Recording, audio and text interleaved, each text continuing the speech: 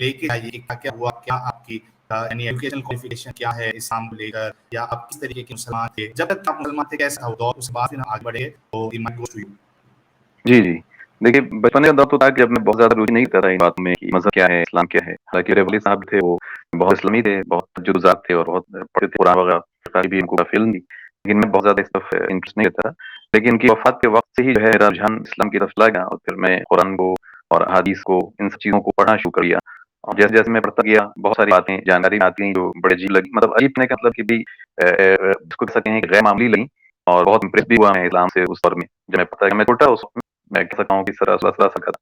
तो तब से जो है इसकी तरफ रुझान गया और मैं पढ़ते गया। तो समझिए कि मैं 99 के दौर में जो है मैं तकरीबन कुरान को आईने के साथ पढ़ गया था, पहली बार। उसके बाद जो है फिर हदीसों को भी पढ़ना शुरू कर दिया और बहुत सारी किताबों को जो मैं सूफ़ी सिलसिला से बिलॉन्ग करता था, क़दरिया सिलसिला जो है, तो उसके बाद से मैं जो सूफ़ी क़ादी सिलसिला की जो किताबें हैं, उनको मैंने रेफ़र किया, बहुत सारी किताबें पढ़ी और दिलचस्पी बढ़ती गई। शुरुआत में काफ़ी अच्छी बातें लगती थी, मतलब लुभावनी बातें होती थी, अच्छा लगता था सुनकर कि जन्नत में जाएँगे, अल्लाह के आगे जो है जितना ज़्यादा सजदा करेंगे उतना उतना फ़ायदा होगा। अल्लाह के रास्ते में अगर गर्दन कटा दें तो सबसे बड़ा जो है मक़ाम मिलेगा। सुनने के बाद इस तरह की बातें सोच के बड़ा अच्छा लगता था, दिल को अच्छा महसूस होता था।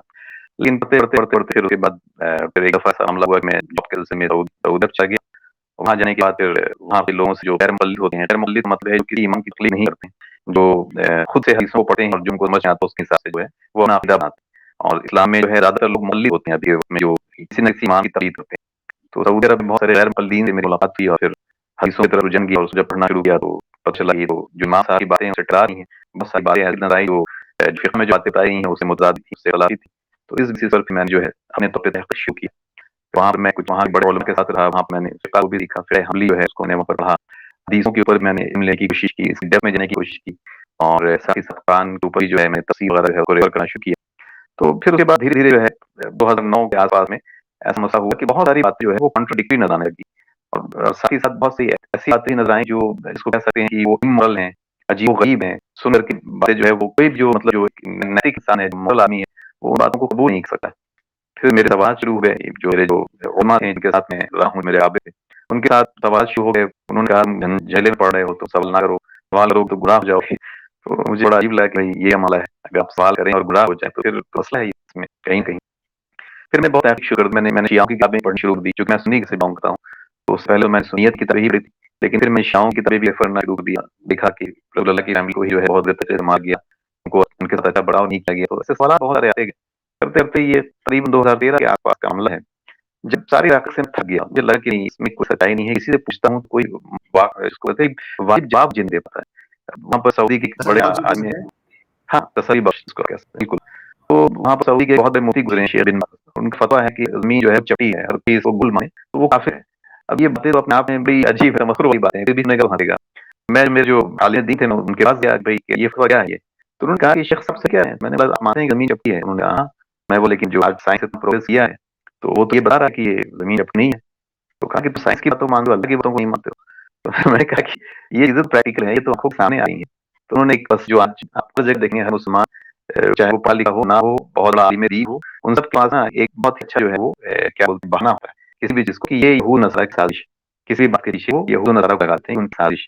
तो इमाम साहब भी मुझे ऐसे घुमाने की कोशिश की और भी बातें मैं जब हदीस के ऊपर और फिर शुरू किया, मैंने उनसे सवाल-जवाब शुरू किए तो हमेशा यार जवाब नहीं पाते, माकूल जवाब नहीं होता उनके पास में या फिर वो टालते थे बात को।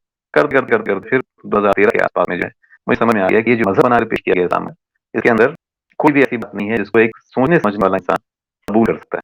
इसके अंदर सिर्फ़ ऐसी बातें हैं जिसको जो अनपढ़ है या जो सोचता नहीं है, जिसके पास अक्ल नहीं है या अक्ल है तो अक्ल इस्तेमाल नहीं करना चाह रहा है, तो अच्छा वो इंसान इसमें इसके अंदर ताहिर जी, आपकी आवाज़ नहीं आ रही है सही से। जी, मैं मेरी आवाज़ आ रही है ताहिर भाई? हाँ, अब आ रही है। अच्छा नहीं आ रही है या ये अभी आ रही है, अभी आ रही है, कनेक्शन साहिल नहीं आ रही। अभी आ रही है? जी, मैं ये पूछ रहा था आपसे कि ये जो बिन बाज़ का जो फ़तवा है, ये कौन-सी किताब में आपने पढ़ा है? कुछ रेफ़रेंस दें ताकि जो जितने गैर मुक़ल्लिद हज़रात हैं, जो बिन बाज़ को जो है वो आएगा आलिम समझते हैं और बड़ी ही वैल्यू है बिन बाज़ की गैर मुक़ल्लिदों के नज़दीक। तो और वो जो डॉक्टर ज़ाकिर नाइक है, एमबीए साहब, जो जी, साइंस जी। साइंस साइंस करते रहते हैं इस्लाम में, वो खुद भी बिन हाँ, बाज़ हाँ। को काफ़ी मानते हैं क्योंकि वो खुद भी एक छुपे हुए सलफ़ी है। तो ये कौन-सी किताबें हैं ताकि जो हमारे जो गैर मुक़ल्लिद हज़रात हैं, वो भी आके चेक कर सके कि बिन बाज़ साहब ने इतनी बड़ी बात कही जो जमीन छपी न माने वो काफिर है, इस तरीके की बात जो आपने की। हाँ, उनकी उनकी फतवा की किताब है, उसका नाम एग्जैक्टली तो मुझे अभी याद नहीं आ रहा है, उस ज़माने में पढ़ी थी मैंने, पर मैं आपके साथ उसको शेयर कर दूँगा, तो आप किसी स्ट्रीम उसको शेयर कर दीजिएगा, मैं आपके साथ में शेयर करूँगा। फिलहाल देखो नाम मुझे अभी याद नहीं आ रहा है। फतवा की उनकी ठीक। किताब है, जैसे सऊदी के जो बड़े मुफ्ती हैं, उन लोगों ने एक फतवा का लिस्ट बनाया हुआ है, तो उनके पास एक सॉफ्टवेयर अलीम का एक सॉफ्टवेयर आता था सीड में, उस सीड बनता था अलीम करके, तो उसके अंदर ये सारे फतवे जो है लिस्ट होते थे, उसमें शेख उतैमीन है, शेख बिन बाज़ है, सब फतवे की लिस्ट होते थे। मैंने वहाँ से पढ़ा था, पर उनकी किताब फेमस किताब है, उसका नाम आपको शेयर करूँगा। जी, अब देखिए इधर ताहिर भाई के बिन बाज़ कह रहे हैं ज़मीन छपी है, अहमद रज़ा खान साहब कह रहे हैं कि ज़मीन जो है वो साकिन है, और फिर इस तरीके हाँ। से कहना कि यार आपको अल्लाह पे यकीन नहीं या फिर साइंस पे यकीन जी, जी, जी, है। जी। बड़ी अजीब बात है। हाँ, तो उनको बात फिर करनी उसके होती तो बाद 2 फिर ये चीज़ें जो इंडियन मूवी है ताहिर भाई, जी।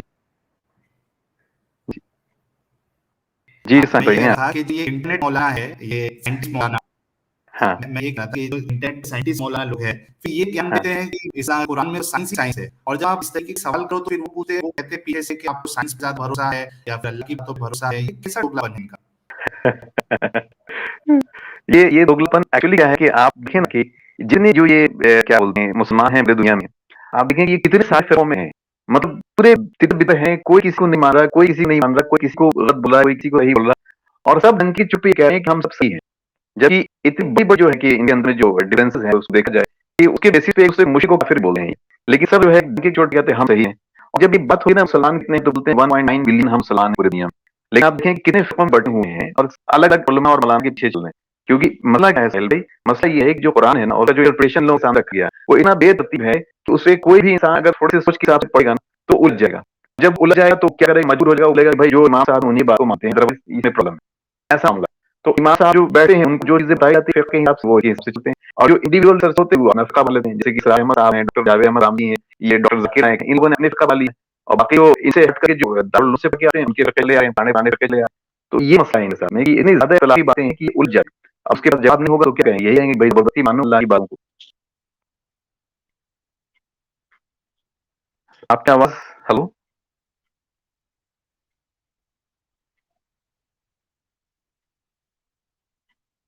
साहिल भाई आपकी आवाज़ नहीं आ रही है। हेलो? जी, बिल्कुल, बिल्कुल, बिल्कुल आपकी बात सही है कि ये सारे के सारे कन्फ्यूज़ है ये, और ये सब मिलके हमें कन्फ्यूज़ कर रहे हैं। असल में जी, जी, 1 मिनट रुकिएगा। हाँ, आपकी आवाज़ थोड़ी देर-देर से आती है। अभी आ रही है क्या? अभी तो आ रही है, अभी मतलब हम लेक्चर हैं इस चीज़ को मैं चेक करना चाह रहा हूँ। हाँ, नहीं असल में तो कोई इंटरनेट का इश्यू है, 1 मिनट दीजिएगा मुझे। हुँ, हुँ। हाँ, 1 मिनट दीजिएगा मुझे, ये कुछ इंटरनेट का इश्यू चल रहा है मेरे उधर। मैं हुँ। ये कह रहा था, अभी आ रही है आवाज़ आपको? हाँ, अभी आ रही है, बिल्कुल आ रही है, साफ आ रही है। हाँ, मैं कह रहा था कि ये उलमा खुद आपस में इतने कन्फ्यूज़ है और ये सब मिलके पूरी अवाम को पागल बना रहे हैं ये लोग। हाँ, इसीलिए देखिए सिस्टम ऐसा ना है, अगर आप हनफ़ी हैं, अगर आप हनफ़ी फ़िक़्ह फ़ॉलो कर रहे हैं, तो आप इमाम मालिक के फ़िक़्ह में नहीं जा सकते हैं। ऐसा नहीं हो कि आप ज़कात के मामले में मालिक फ़िक़्ह में चल गए और नमाज़ के मामले में हनफ़ी फ़िक़्ह में आ गए, ऐसा नहीं कर सकते आप। सिस्टम ऐसा इन लोगों ने इसलिए बनाया है क्योंकि उनको पता है कि अगर आप साइमल्टेनियसली 2 जाओगे तो इतनी कॉन्ट्राडिक्टरी बातें मिलेंगी कि आप कन्फ्यूज़ हो जाओगे। कन्फ्यूज़ हो जाओगे तो आपके पास मामला नहीं बचेगा, या तो आप बाहर चले जाओगे इनसे, जो इंडियन सबसे मुर्तद होते हैं, या फिर आप इनको ब्लूटूथ कम से कम इनको बयान नहीं दोगे कि भाई ये क्या कन्फ्यूज़न है। या तो आप कन्फ्यूज़न में ही घूमते रह जाओगे और या फिर आप बाहर ही निकल जाओगे इनसे। तो इसी वजह से लोगों ने ऐसा सिस्टम बनाया हुआ है कि अगर आप एक फ़िक़्ह में हैं तो आप दूसरे फ़िक़्ह में जाओ। जी, बिल्कुल सही कहा आपने, बिल्कुल सही कहा। अच्छा इसमें ये भी फिर वो गुमराही की भी फतवे लग जाते हैं कि अगर आप 2 फ़िक़्हा को एक साथ मानोगे तो फिर आप गुमराह हैं। हाँ, ये वही तो कह रहा ना कि सिस्टम ऐसा इन लोगों ने बनाया जानबूझ करके कि एक फ़िक़्ह में मैं हनफ़ी फ़िक़्ह को पढ़ रहा था, तो मैंने उनसे पूछा कि हनफ़ी फ़िक़्ह में बड़ी सारी बातें हैं जो हदीस से मैच करती हैं। तो मेरे जो इमाम साहब थे उन्होंने कहा कि नहीं तुम एक ही फ़िक़्ह पे सकते हो, 2 फ़िक़्ह में नहीं जा सकते, 2 फ़िक़्ह में जाओगे फिर तो गुमराह ही हो जाएगी। मतलब मैंने कहा ऐसा कैसे भाई? आप कहते हैं रसूलुल्लाह चारों तरीके से नमाज़ पढ़ते थे, 4 तरीके से काम करते थे, जो 4 इन लोगों ने फेमस किया हुआ है। तो मैं तो रसूलुल्लाह के पास जाऊँ ना लौट के, मैं तो इमाम साहब के पास नहीं जाऊँ लौट करके, आपके साथ तो रसूलुल्लाह ही करे थे सारे काम, तो मैं तो इमाम साहब के पास नहीं, लेकिन वो कहते नहीं, नहीं, नहीं तुम नहीं जा सकते। बिल्कुल, बट ये एक ऐसा मज़हब है साहिल भाई जिसमें सोचने की कोई आपको जो है इजाज़त नहीं है। आप सोचोगे तो आप गए। ये एकमात्र ऐसा मज़हब मुझे दुनिया में नज़र आ रहा है। बिल्कुल, बिल्कुल, बिल्कुल आपकी बात सही है। मेरी आवाज़ आ रही है ना ताहिर भाई? हाँ, हाँ, आपकी आवाज़ आ रही है। जी। अच्छा, अच्छा मैं जितने दर्शक हैं 722 लोग दिख रहे हैं, सुन रहे हैं, आप सभी से हुँ, हुँ। रिक्वेस्ट है कि आप लोग सबसे पहले काम ये करिए कि ताहिर भाई का जो चैनल है, उसका लिंक मैंने पिन कमेंट किया है, 500 सब्सक्राइबर एज़ ऑफ नाउ है। बड़ा ही मस्त नॉलेज है ताहिर भाई का, और वो हमारे साथ मिलके कई सारे प्रोग्राम्स करने वाले हैं, और उनके चैनल पे भी हम लाइव स्टार्ट करेंगे, वहाँ पे भी मैं आऊँगा, और बहुत अच्छा अंदाज़ है इनका बात करने का, और अपनी बात रखने का। आप सबसे रिक्वेस्ट है कि आप ताहिर भाई के चैनल को जितने लोग दिख रहे हैं, वो सब्सक्राइब कर लें, मैंने लिंक शेयर किया है। सभी लोग सब्सक्राइब करें, क्योंकि बहुत ज़्यादा ज़रूरत है कि हर एंगल से, हर तरीके से जिनके पास जिस तरीके का इल्म है, उस हिसाब से हम अपनी बातें दुनिया के सामने रख सकें। ख़ास करके जो हमारे मोमिन भाई हैं, दोस्त हैं, अहबाब हैं, उन तक हमें बात पहुँचाना है, ताकि वो इस झंझाट से निकल सके। ये हमारी चाहत है, हमारा मकसद है। हमारा मकसद कभी किसी मुसलमान को ज़लील करना, उनको नीचा दिखाना बिल्कुल नहीं हमारा मकसद। अभी थोड़ी देर पहले भी मेरी बात हो रही थी ताहिर भाई से, हम ये डिस्कस कर रहे थे, हमारा मकसद तो मुसलमानों को हकीकत बताना है कि भाई ये प्रॉब्लम हमको नज़र आता है, आप लोग इस पे गौर करिए, देखिए और उसके बाद खुद फैसला लीजिए क्या करना है, क्या नहीं करना है। तो आप सभी लोगों से रिक्वेस्ट है कि आप लोग जो है वो ताहिर भाई के चैनल को सब्सक्राइब कर लें, ताकि उनके चैनल की रीच बढ़े और हमारी जो दावत है वो करोड़ लोग तक पहुंचे। और जितने लोग इस वीडियो को देख रहे हैं, आप सभी से भी रिक्वेस्ट है कि आप लोग वीडियो को लाइक और शेयर कर दें। और जब ताहिर भाई की बात खत्म हो जाएगी, उसके बाद हम लाइव कॉल भी लेंगे, जिसमें हम मोमिन भाइयों को मौका देंगे ताहिर भाई से सवाल करने का। जी ताहिर भाई, तो अपनी बात आगे कंटिन्यू करिए कि और क्या कैसी चीजें आई आपके सामने, जिससे ये आपका जो शक है, जो पहले शक बना होगा, उसके बाद ये यकीन में बदला होगा कि नहीं, जिसको हम बचपन से आज तक सही मान रहे थे, खुदा की तरफ से मान रहे थे, दरअसल ये एक धोखा है। हाँ, इसमें मैंने हदीसों को स्टडी करना शुरू किया ना राहिल भाई, तो उसमें इतनी इख्तिलाफी बातें आई। एक जगह पे हदीस में आता है कि मोहम्मद साहब जो थे वो आखिरी वक्त में कुछ लिखना चाहते थे, ऐसा कुछ लिख कर देना चाहते थे कि उनकी उम्मत में झगड़ा हो। बड़ी बात है कि उनकी उम्मत जो है वो फिरों में बढ़े, तफरा ना हो आपस में। तो वो उन्होंने डिजायर किया कि मैं लिखना चाहता हूँ। बुखारी की हदीस और ये सहीह हदीस है, बुखारी मुस्लिम दोनों में आई है, और ये तवातुर हदीस है, यानी कि 2-3 सहाबा ने लिखा हुआ। तो जब इब्न अब्बास के बारे में आ रहा है कि उन्होंने लिखने की ख्वाहिश की, तो उन्होंने बोला कि कलम लाओ और वो लाओ, पेपर लाओ, मैं लिखा दूं तुम्हारी ऐसी बातें। तो हज़रत उमर जो थे वो उन्होंने कहा कि नहीं, ये लिखने की बात नहीं है, इसको छोड़ दो, नहीं लग दो इन पेन और कागज जो है। तो मोहम्मद साहब ने फिर कहा कि मैं लिखना चाहता हूँ। तो उन्होंने कहा कि नहीं, सहाबा को उन्हें कन्विंस किया कि इनकी दिमागी हालत ठीक नहीं है, इनको कुछ भी मत लिख दो। तो रसूल अल्लाह जो थे वो गुस्से में आ गए कि यार ये तुम मुझे बोल रहे हो, मैं तुम्हारी दिमागी हालत, मेरी दिमागी हालत जो है तुमसे बेहतर है आज भी। अब ये हदीस जब मैं पढ़ा तो मैं तो दिमाग हिल गया कि यार ये हम तो उमर रज़ियल्लाहु अन्हु कहते आए हैं और इतने बड़े सहाबा हैं, टॉप के नाशरा बदशाह हैं, जन्नत में सबसे पहले दाखिल होने वाले, और ये तो रसूल अल्लाह को मना करे। कुरान सूरह हुजरात में आयत है, रसूल की आवाज़ के सामने अपनी आवाज़ ऊँची ना करो, कहीं ऐसा ना हो कि तुम्हारी आवाज़ ज़ाया हो जाए, तुम्हें खबर ही ना हो। तो मैंने बोला ये बड़ी अजीब बात है। मैं इमाम साहब के पास गया लेकर के, मतलब ये तो मेरे हिसाब से तो ये नाफिल आदमी है। अब वो तो मेरे ऊपर ऐसे उससे बस पड़े, क्या आप ये क्या बात कर रहे हो? हज़रत उमर के बारे में तो ऐसी बात कर रहे हो? मैंने बोला हज़रत उमर के बारे में मैं कर रहा हूँ, ये किताब कर रही है। मैं तो सिर्फ अपने एक क्वेश्चन कर रहा हूँ आपसे कि भाई उसने उन्होंने रसूल अल्लाह को किसने दिया? और कुरान में आया तो उन्होंने कहा नहीं, तुम नहीं समझ पाओगे, इन सब चीज़ों को छोड़ दो। मैं भाई ये बड़ी अजीब बात है कि जब हम कोई सवाल लेकर जाएँ तो आप कहें कि आप समझ नहीं पाएँगे। तो इस तरह से बेहद सारे ऐसे मामलात हुए सामने आते गए, और उसके बाद धीरे-धीरे करते-करते मैंने दूसरे स्कॉलर्स को भी सुनना शुरू किया साहिब भाई, क्योंकि मुझे लगा कि शायद हो सकता है कि मैंने उतना इल्म ना लिया हो। तो जो जैसे जावेद अहमद रहमती साहब हैं पाकिस्तान के, एक डॉक्टर आज़मत भी मैं थोड़ा उसमें था। मुझे लगा कि शायद ये लोग जो है कुछ क्लैरिफाई कर सकें, और देखा कि सब जो है कहीं न कहीं अपना उलू सीधा कर रहे हैं अपने मवाद की वजह से।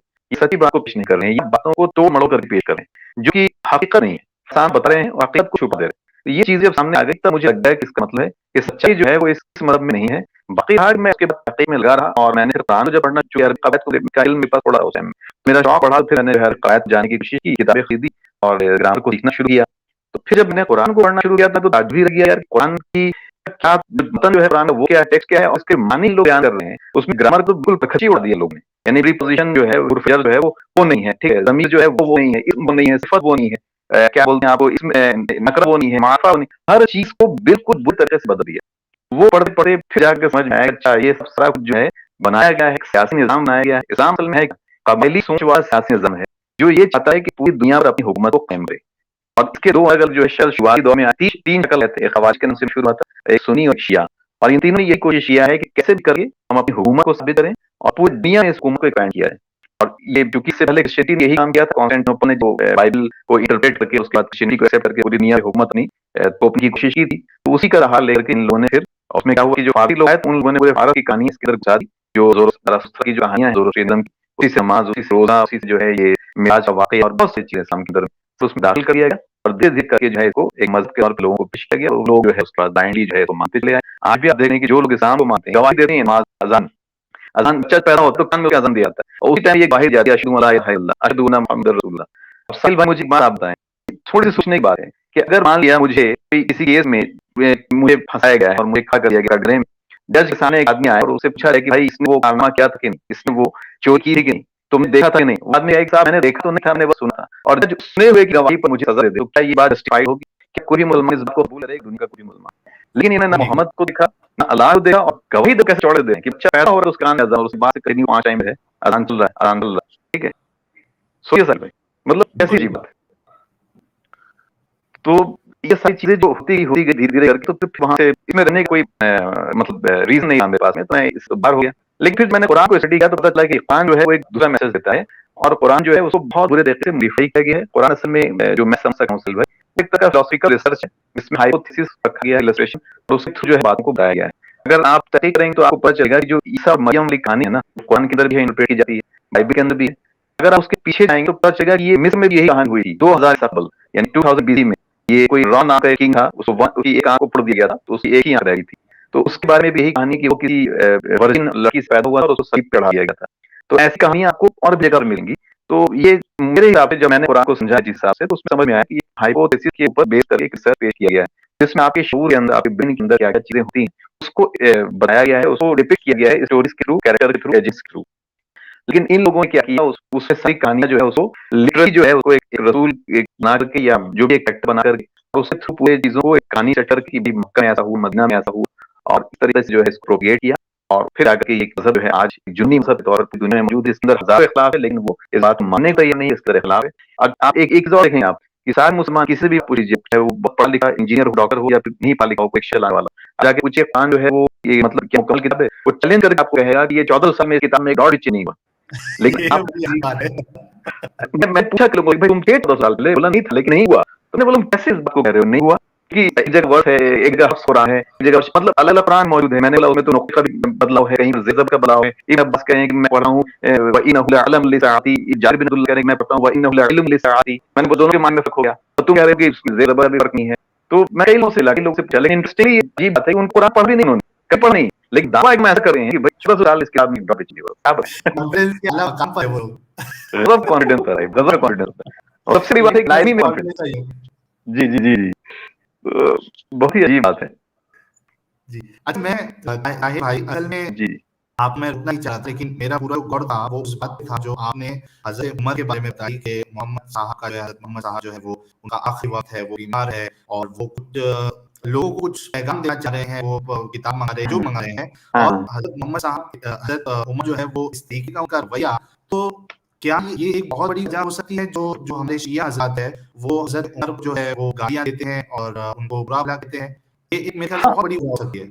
बिल्कुल बिल्कुल। मैं क्या कह रहा हूँ कि अगर आप बुखारी सारी जो 6 हदीसें हैं उसको नारे कर दिए, सिर्फ बुखारी को लेके बैठे हैं, क्योंकि मैं बुखारी एकदम छान के पढ़ा बहुत अच्छे तरीके से। सिर्फ बुखारी को लेकर के आप बैठेंगे ना, तो बुखारी से आप अबू बकर जो है वो भी जालिम साबित हो जाएंगे, हज़रत उमर भी जालिम साबित हो जाएंगे, उस्मान भी जालिम साबित हो जाएंगे। अली साथ नहीं होंगे, लेकिन ये 3 तो आपको पक्के साबित हो जाएंगे कि ये जुल्म करे, ये रसूल अल्लाह के पैटर्न पर ही।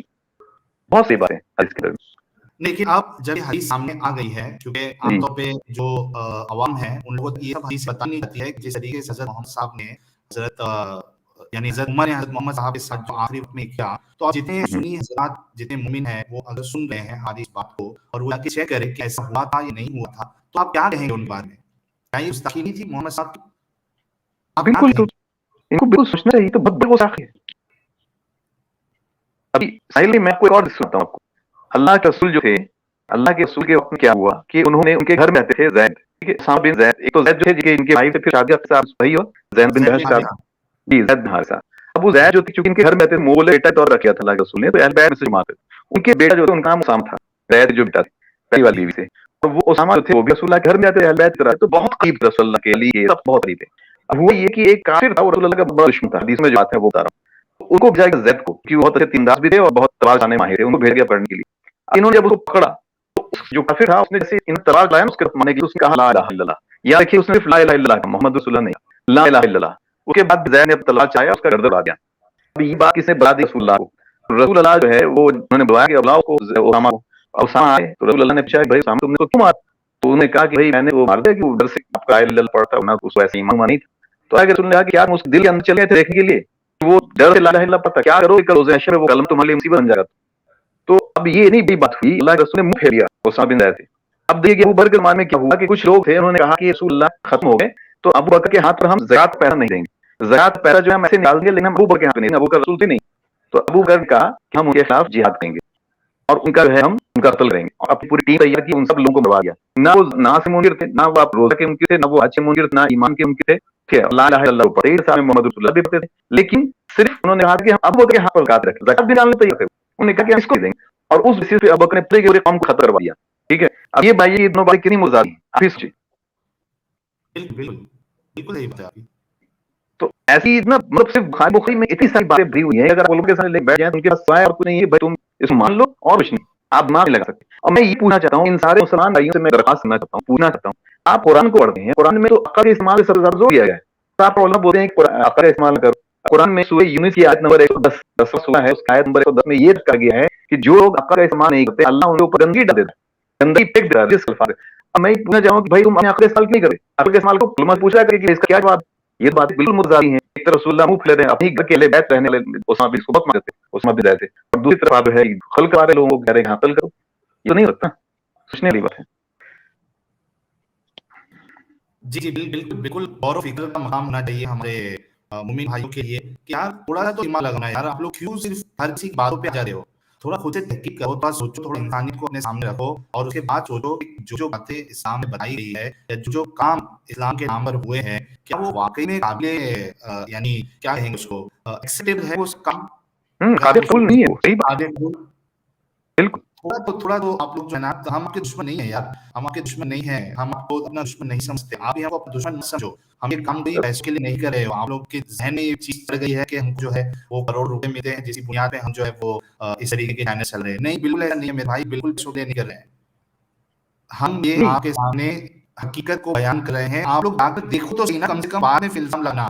पहले जाकर देख तो लो ना कि वाक़ई में ये जो बातें बताई जा रही है वो है भी क्या नहीं है। उसके बाद फिर जो इल्ज़ाम लगाना है आप वो पैसे के लिए कर रहे हैं, यहूदी एजेंट है, यहाँ से पैसा आ रहा है, ये सब लगाना बाद में, पहले जाकर चेक तो करो। जी ताहिर भाई। हाँ, वही बात है कि मैं तो सिर्फ इतना चाहता हूँ कि आप जाकर पढ़ें एक बार कि जो अगर आप इल्म तो आप कुरान के खिलाफ है। नहीं, आप एक तरफ ये बोलते हैं कि अल्लाह ने इसकी हिफाज़त की ज़िम्मेदारी ली है क़यामत तक के लिए, ये सब मानते हैं। अब मैं ये पूछना चाहता हूँ कि इसकी ज़िम्मेदारी अगर हिफाज़त की जो ली अल्लाह ने क़यामत के लिए, तो किस चीज़ के लिए? बस रही तिलावत और नमाज़ में, और उसके अंदर मैसेज को जानने के लिए ज़िम्मेदारी है। तो उसके अंदर जो मैसेज उसको पढ़ो तो एक बार जा करके देखो तो क्या बात है। ऐसा बेवकूफ़ तर्जुमा करके पेश किया गया है चीज़ को साहिल भाई कि आप पढ़ें तो आप हँसी आ जाए। तलाक का बच्चा नबी माशा से नमाज़ की बात आती है कि हाँ, हमारे ऊपर नमाज़ फ़र्ज़ कर दिया, 2 वक़्त की नमाज़, 5 वक़्त, 3 वक़्त की, ऐसे करके। भाई तलाक का मामला चला था, उस बीच नमाज़ आया, फिर उसके बाद तलाक शुरू हो गया।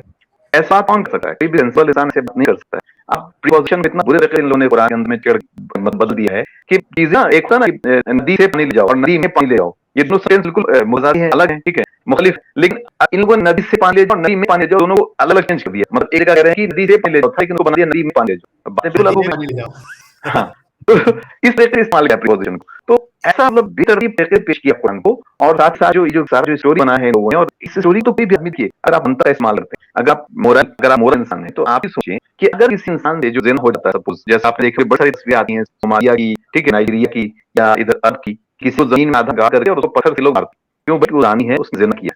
मैं ये पूछना चाहता हूँ, अगर किसी से ज़िना, जो आप बोलते हैं बहुत बड़ा गुनाह है, बहुत बड़ा जुर्म है, अगर किसी से हो गया है, तो वो एक नेचुरल इंस्टिंक्ट है ना आदमी का। अगर नेचुरल इंस्टिंक्ट है, वो उसे हो गया है, उसके बाद उसको आखिरत में भी जलना है, तो फिर दुनिया में टॉर्चर क्यों कर रहे हो? दुनिया में तो मौका दो। लेकिन कितनी इमोरल बात है अगर सोचा जाए तो, वो कितनी मतलब आप मंतक के खिलाफ है ये बात। अगर किसी से सेक्स है कि जिस्म में वो चीज़ है कि वो करेगा ही करेगा। अगर उसके आगे सेकंड फैट अक्षर पड़ जाए तो पता चल जाए इससे कितना हाथ होता है इंसान के ऊपर में। तो सेक्स जो है वो बहुत ज़रूरी चीज़ है, और उन्हें उसको कहीं पूरा कर लिया, शादी नहीं किया होता तो उसको पत्थर मारो। क्या कितनी इमोरल बातें हैं ये, ठीक है? तो दूसरी तरफ क्या है कि रसूलुल्लाह के बारे में अभी लोग डिस्कस ही करते हैं ना पहले कि जो नमाज़ नहीं पढ़ना आता है तो मुझे लगता है कोई घर में जाके आग लगा। ये क्या बात है जी, यार? जी। ये तो बिल्कुल इमोरल बात है ना, कोई सेंसिबल बात नहीं है। कोई नमाज़ नहीं पढ़नी है उसके घर में जाके आग लगा दें। ये तो एक तरफ रहमतुल्लिल आलमीन भी कह रहे हैं कि सबके लिए रहमत है। ये क्या रहमत है? घर में आग लगाने की बात कर रहे हैं। तो अजीबो-गरीब तरीके से इस चीज़ को पेश किया गया है, और बहुत मतलब इनसेंसिबल बातें हैं ना, साइंटिफिक कोई रीज़न मिलती है उसके अंदर में। अनसाइंटिफिक बातें ये लोग ये करते हैं क्योंकि पहले साइंस कोई चीज़ डिस्कवरी करे, फिर उसके बाद कुरान में एक आयत ढूँढते हैं उसके बारे में, और थोड़ी-सी मिलती-जुलती आयत होती है, उसको इंटरप्रेट करते हैं कि ये देखो साइंस आज बता रहा है, अल्लाह ने इतना पहले बता दिया। तो अजीब एक तरीका बनाया हुआ है इन लोगों ने, और उसके नेगेटिव के लोग को बताइए किस तरह से लोगों को उल्लू बातें हैं। तो क्या बताएँ आप मैं, पंखे खैर थे बहुत क्या? अच्छे। डॉक्टर जी, ज़ाकिर सही। नाइक भी जैसे आप भी पंखे थे क्या? ना, मैंने उनको सुना बहुत है डॉक्टर ज़ाकिर नाइक को, लेकिन मैं कभी उनका ऐसा मुख़ालिफ़ टाइप का नहीं रहा। यहाँ डॉक्टर ज़ाकिर नाइक खाली जा रहा हूँ मैं, यहाँ बहुत बढ़िया बात करे। मुझे बहुत इंटरेस्ट लगा इश्यू से बाद में। चैप्टर नंबर बस नंबर कर रहा था, तो मुझे कुछ ज़्यादा उसका जो ना अच्छा नहीं माना इश्यू से। हाँ। ये बात ज़बरदस्त है। अच्छा अगले सवाल की तरफ जाते हैं। आपने तो 2-3 सवाल के एक साथ आंसर दे दिए हैं। लेकिन हुँ, हुँ। एक सवाल स्पेसिफिकली फिर ये है कि आपकी कुरान के बारे में क्या राय है? थोड़ा तफ़सील से बताइए। देखिए मैंने कुरान को पढ़ा है, मैंने दुनिया की बहुत सी फिलॉसफीज़ को पढ़ी है सिलेबस में, मेरे इंटरेस्ट पे मैं पढ़ देता हूँ बच्चों को। तो जो मैं बाकी चीज़ों को पढ़ा और उसके बाद कुरान जब अभी ग्रामर से इंटरप्रेट करने की कोशिश की, तो मुझे ऐसा महसूस होता है कि कुरान जो है वो एक फिलोसॉफिकल रिसर्च है, जो जैसे कि बुद्धा एक रिसर्च है, जैसे बुद्धा ने पेश किया एक दर्शन कि भई मैं ये समझता हूँ वेदों की जो बातें हैं वो सही नहीं है, और भगवान या जो भी शक्ति है वो नहीं होती है, कोई एक शक्ति है जो सबके अंदर होती है, कनेक्ट है, और वो जो है हर चीज़ को चलाती है। तो कुरान बिल्कुल उसी तरह का रिसर्च है, और ये कह रहा है कि रब जो है वो हर इंसान के अंदर होता है, हर शय के अंदर होता है, और वो हर चीज़ को चला रहा है। इस कुरान ने क्या किया है कि जैसे उसके अंदर मिसाल आते हैं, जैसे आप देखें कुरान में ना शुरुआत से मिसाल स्टार्ट करता है। मिसाल का मतलब होता है एग्जाम्पल, इलस्ट्रेशन, हाइपोथेसिस। तो कुरान क्या कर रहा है कि मिसाल के ज़रिए से चीज़ों को समझाता है कि एक सपोज़ एक एग्जाम्पल आप देता हूँ कि सिगमंड फ्रॉइड ने एक किताब ली है इंटरप्रिटेशन ऑफ ड्रीम्स, और उसमें उन्होंने जो है एक स्टोरी लिया है ओडेपस की स्टोरी को। ओडेपस एक ग्रीक वो था, कोई राजा था, उसकी स्टोरी को उन्हें वहां पर लेकर एक बात को समझाने की कोशिश की कि इंसानी शऊर में सेक्स क्या रोल होता है। ठीक उसी तरीके से जब अल्बर्ट कामू पढ़ रहे हैं, बहुत फेमस फिलोसोफर, फ्रेंच फिलोसोफर, तो उन्होंने एब्सर्ड की थ्योरी बताई है और उसको समझाने की उन्होंने मिथ ऑफ सिसिफस को जो है रेफर किया है। मिथ ऑफ सिसिफस एक कहानी है ग्रीक की, उसको रेफर किया है। तो ठीक वैसे ही कुरान जो है अलग अलग स्टोरीज को रेफर करता है। उसमें बनु इसराइल की स्टोरी आती है, उसमें आपको जोसेफ की स्टोरी आती है, यूसुफ की, उसमें इब्राहिम की स्टोरी आती है। अब इन सब चीजों को इन लोगों ने क्या किया, इन लोगों ने इसको लिटरली लिया कि ये एक्चुअली कैरेक्टर थे, एग्जिस्ट करते थे, और लिटरली कैरेक्टर साबित करने के चक्कर में इन लोगों ने उसके अंदर जो अरबी की जो है ना वर्ड लगा कर दी, जो कुरान की जो अरबी लैंग्वेज था उसको वर्ड लगा के, मतलब ईसा के लिए कुरान में फीमेल जेंडर इस्तेमाल हुआ है। आप सोच सकते हैं, ईसा मेल हैं और उनके लिए कुरान में फीमेल प्रोनाउन का इस्तेमाल हुआ है, और उसको लोग जबरदस्ती जब साबित करते हैं कि नहीं, अल्लाह के लिए एक जगह फीमेल जेंडर इस्तेमाल हुआ है कुरान में, उसको ये लोग साबित नहीं करते।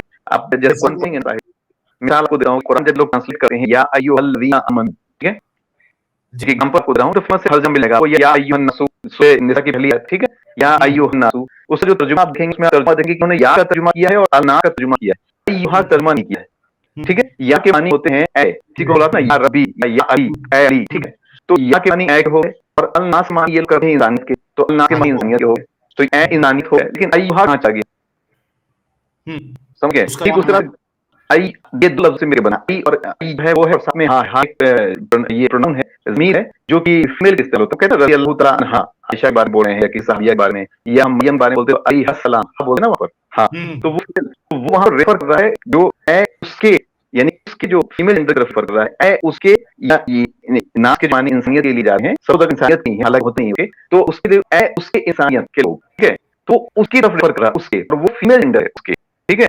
जैसे एक और आपको एग्जांपल देता हूँ, रहमान और रहीम में रहीम लफ्ज है, अगर आप पुरानी डिक्शनरी में जाएंगे, मैं आपके साथ नेक्स्ट टाइम लाइव करूंगा तो मैं उसमें क्या करूंगा, कामूस अभी मेरे पास कामूस डिक्शनरी है हार्ड कॉपी, तो उसका जो है रेफरेंस आपको शेयर करूंगा, तो वहां जब जाएंगे तो आपको पता चलेगा कि रहीम जो है उस जमाने में, यानी अब जिस जमाने में कुरान दावा करते हैं, उस जमाने में फीमेल जेंडर के लिए इस्तेमाल में आ रहा था अल कामूस डिक्शनरी में, ठीक है। तो रहमान तो इन्होंने जो कुरान जिस पेश किया था उसको कुछ तरीके से पेश किया है कि रब जो है वो रहमान है, उसको मेल जेंडर कर देखा था, बाप आपका बाप है, रहीम जो है उसका फीमेल जेंडर कर कि बाप माँ, इस तरीके कर देखा था कि बच्चे की परवरिश में बाप और माँ इस तरह से होता है, रब भी आपके साथ वैसे होता है। लेकिन इन लोगों ने उसको अल्लाह को मेल बना था, उसको मेल बना करके, आप देखना कि प्लूरल बहुत जगह पे लगा इस्तेमाल हुआ कुरान में, वजअलना खलकना, हम, तो ये कहते हैं ये हम प्लूरल नहीं है, ये रोलिटी है, जबकि वो प्लूरल है कुरान के अंदर, समझ। तो इन्होंने क्या किया कि इनको तो साबित करना था कि खुदा है, आसमान पे बैठा है, वहां से जो है वो क्या बोलते हैं, उस पास कोई काम तो नहीं था, तो इसके एक्ट में जो है इन लोगों ने उसकी जो फीमेल जो के जेंडर से इस्तेमाल है उसको मॉडिफाई कर दिया। ऐसे बहुत सारे एग्जांपल मिल जाएंगे, मैं पेश करूंगा, जैसे नहीं ऐसा बताया जी।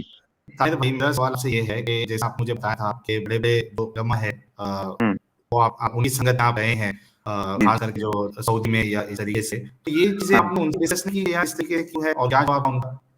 उनसे तो उस जमाने में तो मैंने बताया ना कि मेरे को अभी किसी का उतना इल्म नहीं था, तो उस जमाने में मैं अभी के ऊपर उनसे ज्यादा बात नहीं कर पाया, जो कुरान की तरबियत जो फ्रॉड्स हैं वो मैंने बाद में पकड़ी, ये से फ्रॉड, लेकिन उस जमाने में मैंने उनके साथ मंतक के साथ ही बातचीत की थी, जो हदीसों के अंदर इख्तिलाफात थे उस बेस पे बात हुआ।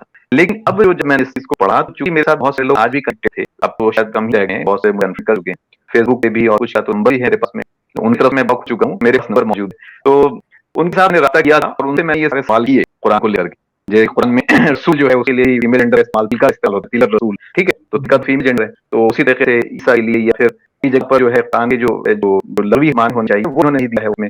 तो ये सारी बातें मैंने उनसे डिस्कस की, तो लोगों के पास जवाब नहीं था, उन्होंने कहा कि ये जो इंटरप्रिटेशन है ये सही है और तुम जो कर रहे हो वो सही नहीं है, वो जवाब नहीं दे पाए, कहीं ने तुझे ब्लॉक कर दिया, यू अनफ्रेंड कर दिया, तो आपको पता ही यही हो रहा है मोस्टली। एक बड़ा है इराक का मेरे साथ ही दोस्त है, वो बहुत तक मेरी बात से कन्विंस हुआ था, हालांकि मुसलमान ही है, लेकिन वो मेरी बात को भी समझता है कि हाँ ये बात सही है और तुम जो अभी गलत बात कर रहे हो उसके से बिल्कुल सही।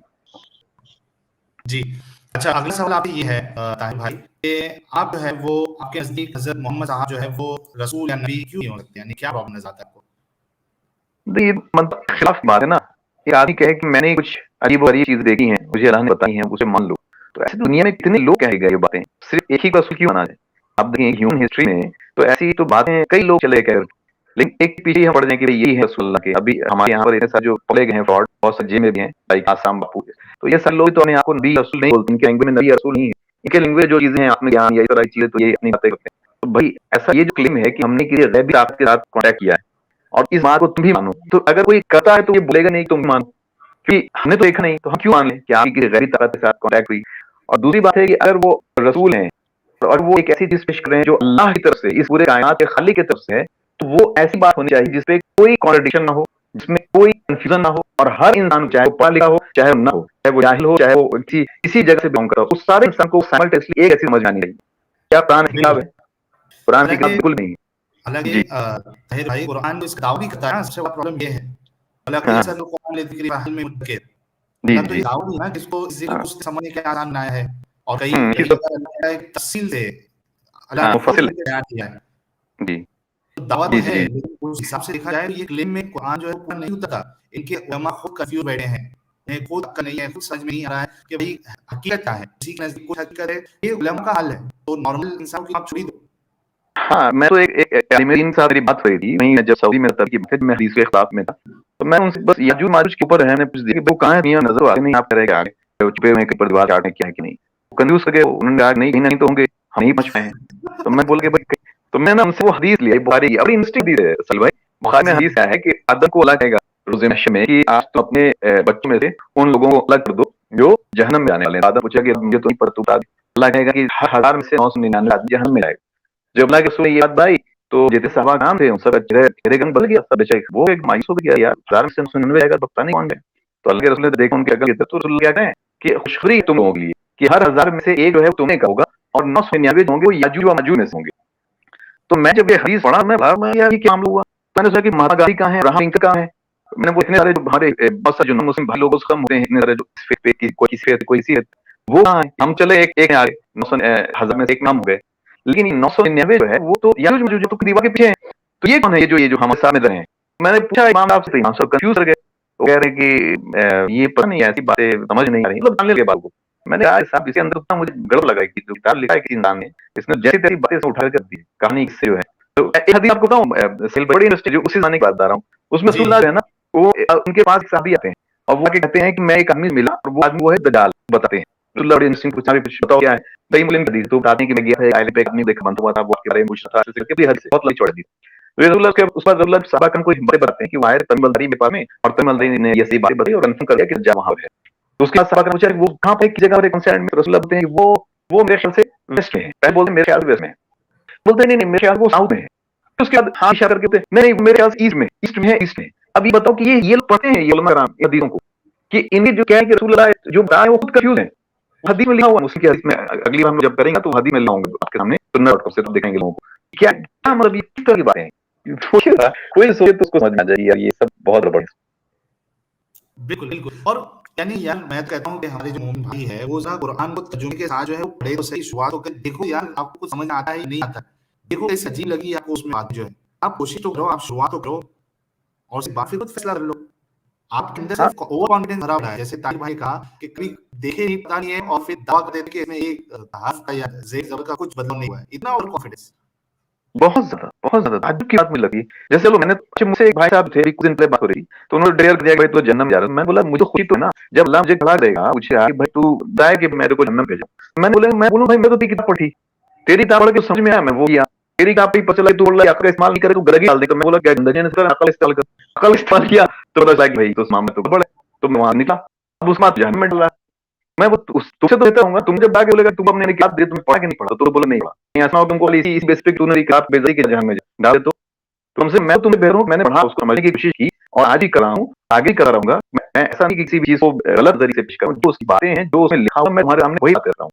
अब तुम उसको नहीं माने तो यार तो हम क्या कर सकते हैं? तो इतना मतलब अकीदे इस तरीके से इनके दिमाग में बैठा दिया जाता है, आपका इस्तेमाल आराम कर दिया जाता बिल्कुल। अच्छा, अगला सवाल की तरफ बढ़ते हैं है। जी नहीं, कि इस्लाम में औरतों का मकाम क्या है? देखिए साहिर भाई, जो इस्लाम मजहब है ना उसमें औरतों का मकाम बहुत ही बुरा है, औरतों का भी मकाम है ही नहीं। औरतें, ये लोग कहते हैं कि इस्लाम ने आके औरतों को लिफ्ट किया है। मैं इनसे पूछना चाहता हूँ जितने भी दारुल में बैठे हुए उलमा हैं या जो भी मोमिन भाई मेरे जो इस चीज को देख रहे हैं आज, सवाल मेरा ये है उनसे कि आप मुझे ये बताएं कि इतिहास जो इस्लाम का 1400 साल का, उसमें आपके पास इमाम बुखारी हदीस लिखने वाले, इमाम अबू हनीफा, शाफी, मलिक, हम्बल, ठीक है, इमाम जाफर, और इसी तरह से ये सारे जो मुस्लिम, अबू दाऊद, तिरमिजी, इमाम माजा, ठीक है, और उसके बाद इमाम नबवी, उसके बाद इतने भी मुहद्दिसीन हैं बड़े बड़े, उसमें एक भी औरत है जो आप बता सकते हैं कि हाँ एक ही किताब जो है फिक्र में पढ़ी जा रही है दारुल के अंदर में, उस जमाने की कोई एक भी औरत है? अगर इस्लाम ने औरत को अपलिफ्ट किया होता तो औरत का तो काम ऊंचा, तो आगे बढ़ चढ़ के आगे पढ़ने ये लेते और उसके बाद किताबें लिखती, लोग उससे फायदा उठाते। एक भी कोई ऐसे रूलर है कि रूल के बारे में तो पहले आगे हदीस में बातें कि जो अल्लाह ने उस चीज को हला करना, उस सेट को हला करना जहाँ की हुक्मरान औरत बन जाती, ये तो हदीस नहीं आ गया।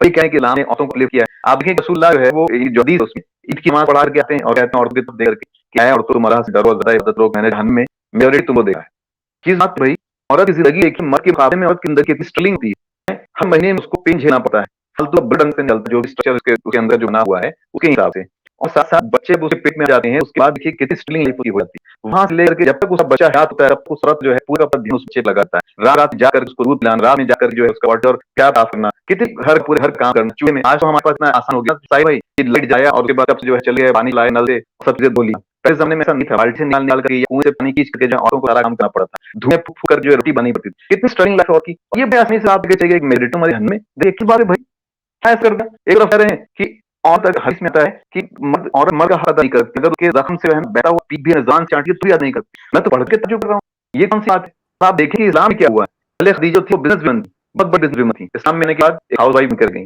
पहले हिंदा जो थी उस बारे में आता है कि जब इस्लाम में नहीं आई थी तो उस वॉर को लीड किया था, उसकी जंग जो है लीड कर रही थी, इस्लाम में आने के बाद एक घर की घरेलू औरत बनकर गई, तो ये कैसे कह रहे हैं कि इस्लाम जो है तो ऊंचा मकाम दिया गया है, आगे बढ़ा गया है, और कुरान का तर्जुमा ये शर्त है कि क्या है रिजालु कव्वामूना अलन निसा, यहाँ तो सब बोला गया कि औरत के ऊपर जो है मर्द हावी है, ठीक है, एक मर्द गवाही के बराबर दो आपको करिए कुरान के तर्जुमे में, और ये जो फिक्र किया चला रहा है जो शरीयत मानते आए, फिर मैं तो समझता हूँ इस्लाम में औरत का भी मकाम है ही, आप देखो ना जन्नत सारा मर्द का जिक्र है कि मर्द ये कहेंगे वहां पर उनको ये मिलेंगे औरत मिलेगी 72 मिलेंगी तो पता नहीं क्या होगा क्या नहीं होगा, औरतों को मिलेगा कई बार है नहीं, औरतों के लिए तो फिर वो बच्ची से शादी का तोहफा दिया ना अल्लाह रसूल सल्लल्लाहु अलैहि वसल्लम ने, जी जी उनकी जी शादी तो अल्लाह ने इसलिए कराया ताकि वो इल्म जो है वो फैला मोहम्मद साहब कितनी इतना बड़ा कर दे दिया। हाँ इल्म तो फैलाया उनका मोहम्मद साहब का इल्म तो फैलाया है कि वो इल्म जो है वो बहुत अजीब इल्म है कि उसमें तो इतने शुहात हैं कि उसने फिर एक तरफ रसूल कह रहे हैं कि मेरी उम्मत जो है 73 फिरों में बढ़ जाएगी और सब जहन्नम में जाएंगे सिवाय एक के, और एक तरफ ऐसा भी करें काम अल्लाह ताला कि उसके जरिए से ऐसा इल्म फैल जिस वजह से जो है उम्मत जो है वो बढ़ जाए, हैं इससे बेहतर तक नहीं की बात शादी ताकि हमसे हम कम फिर होते इतना होते, अजीब बड़ी बात। हाँ यार ये देखो मुझे ये समझ में नहीं आता है कि इनका क्लेम होता है कि अच्छी जिंदगी गुजारने के लिए इस्लाम जरूरी है, खुदा का तसव्वुर जरूरी है, तो जिनके पास ये सब चीजें थी जो डायरेक्टली अल्लाह के रसूल से सीख रहे थे, क्या उनकी जी जिंदगी में सुकून था? वो तो पूरा हाँ सही बात परेशान हो रहे थे।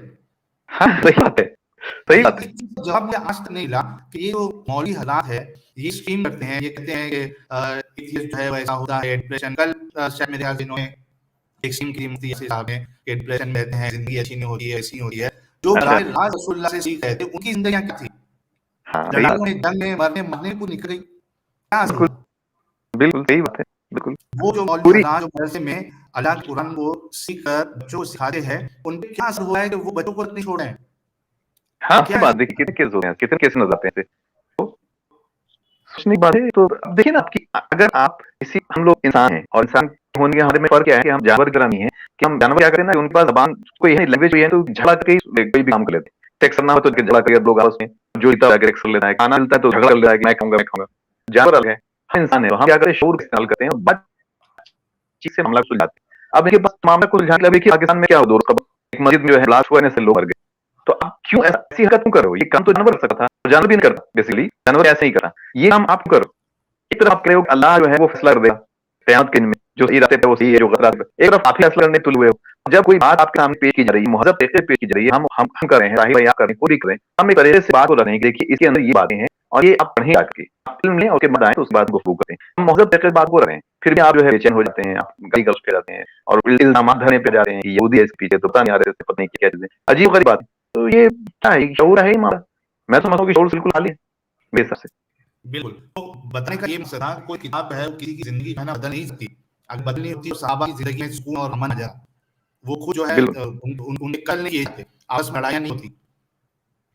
हाँ मैं तो ये बात कहता हूँ रसूलुल्लाह की पूरी फैमिली की हिस्ट्री साहबा साहब रसूलुल्लाह की फैमिली हिस्ट्री देख सारे को सारे सारे मार गए हैं अली अली को दो तो अली का कत्ल हो गया हसन का कत्ल हो गया हुसैन का कत्ल हो गया उनके बेटे अली ज़ैनुल आबिदीन का कत्ल हो गया उनके बेटे मोहम्मद अल आक़िर का कत्ल हो गया उनके बेटे जाफर सादिक का कत्ल हो गया उनके बेटे मूसा अल काज़ी का कत्ल हो गया उनके बेटे अली सारे एक के बाद सबको मारा गया तो तारीफ की बात है अपने आप में जो रसूल एक इतनी अच्छी लाइफ दिखाए जा रहे हैं दारुल सलाम पीसफुल लाइफ और उनकी पूरी फैमिली को कत्ल किया जा रहा है शियों की हदीसों पर फातिमा पे कत्ल हुआ तो क्या बोल सकते हैं इसमें तो अजीब गरीब मामला है उस्मान का कत्ल हुआ, उमर का कत्ल हुआ, हाँ सहाबा में लग आप अब क्या बोलते हैं या उस्मान का कत्ल हुआ उमर का कत्ल हुआ आपको ये जो टॉप 10 सहाबी में आते हैं ज़ुबैर बिन अव्वाम उनका कत्ल हुआ ठीक है इसके बाद एक और सहाबी थे वो भी टॉप 10 सहाबा में आते हैं मतलब आशरम अशरफ इनको कहते हैं लोग 10 सहाबी जो है जन्नत में चले उसमें से अरे वो तो छोड़ो जिन्होंने क्लेम किया था ना खिलाफत का क्या नाम था उनका अबू बकर खलीफा बन गए उससे पहले मदीना के जो बहुत बड़े सहाबी थे उन्होंने क्लेम किया था उन्हें भी मर हुआ वो वहां से मदीना छोड़ चल गया, तो पूरी हिस्ट्री लिखी हुई है, पढ़ते हैं ये लोग। अब जानते हैं इसमें कौन साजिश है, ये सऊदी गवर्नमेंट है अभी, इन्होंने क्या किया है ना, अगर आप पानी सीरत उठा के पढ़े, जैसे सीरत निशान को अगर पढ़ेंगे, तो उसमें बहुत सारी बातें आपको ऐसी मिलेगी जो ऑब्जेक्शनेबल है, और कोई भी इंसान अगर फिर कहेगा वो समझ आएगा कि ये सब बातें जो है मैन्युफैक्चर्ड। लेकिन इन लोगों ने क्या किया, अभी सीरा लिखवाया स्पेशली राइकुल मखदूम करके बहुत फेमस हुआ पूरी दुनिया में, सील इंटर बोलते हैं इंग्लिश में जी। तो वो जो है मुबारकपुर साहब ने उसको ऐसा लिखा है कि उसके अंदर से वो पॉइंट क्रैक कर दिए जिसे आप शक करें, इतना सीन सीधा बन के पेश किया। हाँ हाँ हाँ, एकदम चाट दिया है पानी साहब ने, ऐसे कहा हदीसों का कि अच्छी खाली हदीसों को हटा दी। इन्होंने भी वही काम किया, ये सब सऊदी गवर्नमेंट जो है मैन्युफैक्चर हुआ है बैठ करके, हाँ भी इसमें ऐसे करके करो ताकि लोग जो है बने रहे। बहुत बहुत बड़ी बात है इस पीछे। मुझे तो ये पूरा कॉन्सेप्ट ही बड़ा बदलता है, ये जो इल्म हदीस है, इल्म रिजाल है, कुछ भी अजीब बात, इसने से हाँ, से यार यकीन कर रही है। मैं तो ये सवाल पूछता हूँ कि यार एक बात बताओ कि इमाम बुखारी अगर मान लो किसी शख्स के से मिलते हैं, तो वो कहता है कि मैं 20 से बात सुनी, 20 सी से सी ने 20 एड ने इससे ई ने रसूलुल्लाह को देखा मेरी, तो मैं ये बोल रहा हूँ कि इमाम बुखारी एक ही घंटे से रहे, वो तो सिर्फ कुछ वक्त के लिए मिले उसके साथ में। आप किसी इंसान के साथ जिंदगी भर रहे तो भी उस गारंटी नहीं सकते, क्योंकि हर वक्त हालात के हिसाब से वो भी बदल सकता है। चलिए माना कि आप किसी का जिंदगी भर रहे हैं, तो बात भी है कि लोगों ने बचपन से देखा है, उसको जाना है, क्यों कुछ झूठ नहीं बोलता है। एक आदमी आप कुछ वक्त के लिए मिल रहे हैं, आप कर रहे हैं भाई मैं तो गारंटी लेता हूँ कि आदमी कभी झूठ नहीं बोलता, ये कौन सी बात हुई? ये तो बिल्कुल लॉजिकल बात है। अच्छा, किसने कौन गारंटी दे सकता है यार कि कौन झूठ बोल सकता है, नहीं बोल सकता है? आपको अंदर के हम करते कोई मुसीबत लगा करता यार, मैं वो हमेशा काम कर रहा हूँ, पीछे हो सकता है कि बड़ा काम कर रहा हूँ। हाँ, सही बात है लेकिन कि हो सकता है झूठ बोल रहा हूँ कि आपको झूठ ही लगता हो, पॉसिबल नहीं हाँ, है। बिल्कुल पॉसिबल है, बिल्कुल पॉसिबल। लेकिन इस बात को ये लोग मतलब कैसे मान गए ना, कि मैं ये कह रहा हूँ कि क्या क्या बेस क्या है इस चीज का, जो कि हमने इसे सुना, और वो साइंस ऑफ हदीस कहते हैं लोग। आप आगे इंग्लिश पढ़ना इल्म रिजाल को, इसको साइंस ऑफ हदीस, अब जो हदीस साइंस का मतलब है यहाँ पर। साइंस समझ मतलब ये साइंस को यहाँ उठ के हर जगह साइंस को याद लोग करके, तो पूरा पूरा साइंस है। लेबोरेटरी में पूरा उसका वो क्या कहते हैं, वो उसका मैच होता है, ठीक है? प्रोटॉन हाँ। और वो कैसे क्या केमिकल रिएक्शन हो रहा है, बायोलॉजी, ये सब लेबोरेटरी में पूरा जांच पड़ताल करके साइंस नाम दिया है इसको। जी जी जी जी, बहुत ही अनोखी बातें हैं, क्या है? हम जब मोमिन थे तो हमको बड़ा ये सब काम एकदम अजीब लगता था, यानी तो ऐसा लगता था साइंस ऑफ दिस। हाँ सही। यार इतना अच्छे, हाँ जी भैया, मैं आप भी मैं ये कह रहा हूँ कि ये पूरा कॉन्सेप्ट ही जो है ना, मेरे हिसाब से पूरा एक, यानी एक वो जन कहते हैं ना, यानी एक सोच पे या फिर एक मतलब बस मानने के लिए मान लिया है। भाई ऐसा कुछ नहीं होता है, इससे कुछ फर्क नहीं पड़ता कि कोई पहले आया था नहीं आया था। आप लोगों को चाहिए कि अपनी जिंदगी अच्छे गुजारे, किसी को तकलीफ ना दे, अपनी जिंदगी में जो है आगे बढ़े, पढ़ाई लिखाई करे, इससे ज्यादा तवज्जो दे, यानी इससे तवज्जो देने के कि यार कोई थे और ऐसा है वैसा है, ये हो जाएगा वो हो जाएगा, इस सबको छोड़ो यार, अपनी जिंदगी अच्छे से गुजारो, थोड़ा सा जिंदगी में गौर करो, अच्छी जिंदगी गुजारो, वही काफी। जो बातें गुजर जाती है वो पहले की रहती है, उसको आज में जीने के लिए नहीं लाया जा सकता है। हिस्ट्री होती है, बिल्कुल बिल्कुल सही बात है। आगे बढ़ो। ये जरूरी भी है। आप देखिए कि आप अगर बाजार से किसान खरीदने ले जाते हैं, आलू खरीदने गए आप, तो आप क्या कर रहे हैं कि जैसे आलू आपको जो भी देगा आप ले लेते हैं क्या? आप उसमें चूज करते हैं ना, इससे अगर आलू को मिले अच्छा जो है वो ले जाओ, मैं वहां अपने अलग इस्तेमाल करते हैं चीजों को लेने में। लेकिन जो इल्म आपको बचपन में दिमाग में भर दिया जाता है, मजहब को लेकर, घर को लेकर, आप उसके ऊपर बिल्कुल भी तफ्तीश नहीं करे, आप अलग इस्तेमाल नहीं कर रहे। तो ये इसका मतलब ये है कि आपने जानबूझ कर आपके साथ धोखा करना है। नहीं, एक तरह तो आप जब मार्केट जा रहे हैं वहां धोखा नहीं कर रहे हैं, पोटे के लिए ना बड़ा आलू, आपके घर वाले आपको जूते मारेंगे यार ये क्या करके लाए, ठीक है? अपने आप में सोचें कि ये गलत काम किया, लेकिन यहाँ पर गलत नहीं सोचें। आपको अगर कोई चीज बताई जा रही है, देखिए ये है इस्लाम है, ये अल्लाह है, ये रसूल है, ये हदीस है, ये कुरान, आप इन्वेस्टिगेट करें, आप देखें कि हाँ ये चीजें काबिल कबूल है कि नहीं है। अगर काबिल कबूल लगती है तो एक्सेप्ट कर लें, हमें क्या एतराज है। अगर काबिल कबूल नहीं है, आप सोचें इस चीज से कि काबिल कबूल है कि नहीं है। आप ये सोचें कि अल्लाह ने आप एक सूरह कहफ अंदर वाकया आता है, मैं थोड़ा साइलेंट सब ले रहा हूँ मिनट, ठीक है जी। सूरह कहफ में वाकया आता है कि मूसा बोला जाता है एक इंसान से मिलने के लिए, हदीस में उसका नाम खिज़र बताया गया है, उससे बोल गया मिलने के लिए, उससे जाओ। और उसके बाद क्या होता है, मूसा और दोनों साथ में जाते हैं और खिज़र क्या करता है, एक बच्चे को कत्ल करता है। मूसा को बुरी बात लगती है, यार अपने बच्चे कत्ल कर दिया, खिज़र बताया थोड़ा को आगे जाके बताऊंगा। तो उसके बाद क्या हो रहा है, बाद में मूसा को जवाब देते हैं, तो खिज़र कहते हैं कि मैंने बच्चे का कत्ल इसलिए किया था क्योंकि वो बच्चा बड़ा होता तो वो काफिर बन जाता, और उसके माँ बाप दोनों मोमिन थे, तो वो क्या कर रहा है, अपने माँ बाप को जुल्म करके उनको एक रुपये याद, तो इसीलिए मैंने बचपन में उसको मार दिया ताकि वो आगे जाकर ऐसा ना रहे। नहीं तो जो काफिर, जो दो मोमिन लोग थे वो काफिर बनाए, इसलिए बचपन में उसको कत्ल कर दिया। फिर ये सूरह कहफ में है, पढ़ सकते हैं सारे में। अब ये बताइए कि अल्लाह ने इब्लीस को बनाया, अल्लाह ने अल्लाह को सारी चीजें पता है, जैसे उनको पता था खिज़र को, तो अल्लाह तो ये बात था कि इब्लीस जो है वो मैक्सिमम लोगों को जहन्नम में ले चला जाएगा। कुरान इस बात को क्लीन कर रहा है कि हाँ जेटी को जहन्नम लेके आएगा, इब्लीस भी आ रही है। तो अल्लाह ने तो इब्लीस को उसी वक्त खत्म करना चाहिए था ना, वो खिज़र भेज एक बच्चे मरवाए हैं। तो यहाँ पर तो वहां से दो लोग जा रहे थे काफिर होकर, यहाँ पूरी इंसानियत जा रही है काफिरों के जहन्नम में। तो सोचा जाए तो उसी वक्त में अल्लाह को चाहिए था कि भाई इब्लीस को खत्म कर दे ताकि सारे के सारे इंसान जो है जन्नत में जाए, लेकिन अल्लाह ने ऐसा किया नहीं, अल्लाह ने छोड़ दिया उसको। और सूरह आराफ में आगे बढ़े, उसमें तो इब्लीस ने इल्जाम भी लगाया अल्लाह पर कि तूने मुझे गुमराह किया। सूरह आराफ में आया है कि तूने मुझे गुमराह किया, तो खामोश में बोल निकलो यहाँ से, ठीक है? सच्चे बर्दाश्त नहीं हुई, फिर निकलो यहाँ से। मैं ये कह रहा हूँ कि अल्लाह एक तो हिम्मत दिखा रहा है दो इंसान को बचाने के लिए कुफ्र से, और एक तक कोई हिम्मत नहीं दिखा रहा है। अपने आप ही कॉन्ट्रडिक्टी है। एक और बताओ साहिल भाई, आप कुरान में पढ़ेंगे कि जो नूह अलैहिस्सलाम है, जो नबी हैं, उनके बारे में आता है कुरान में कि उन्होंने 9 साल जो है तबलीग की।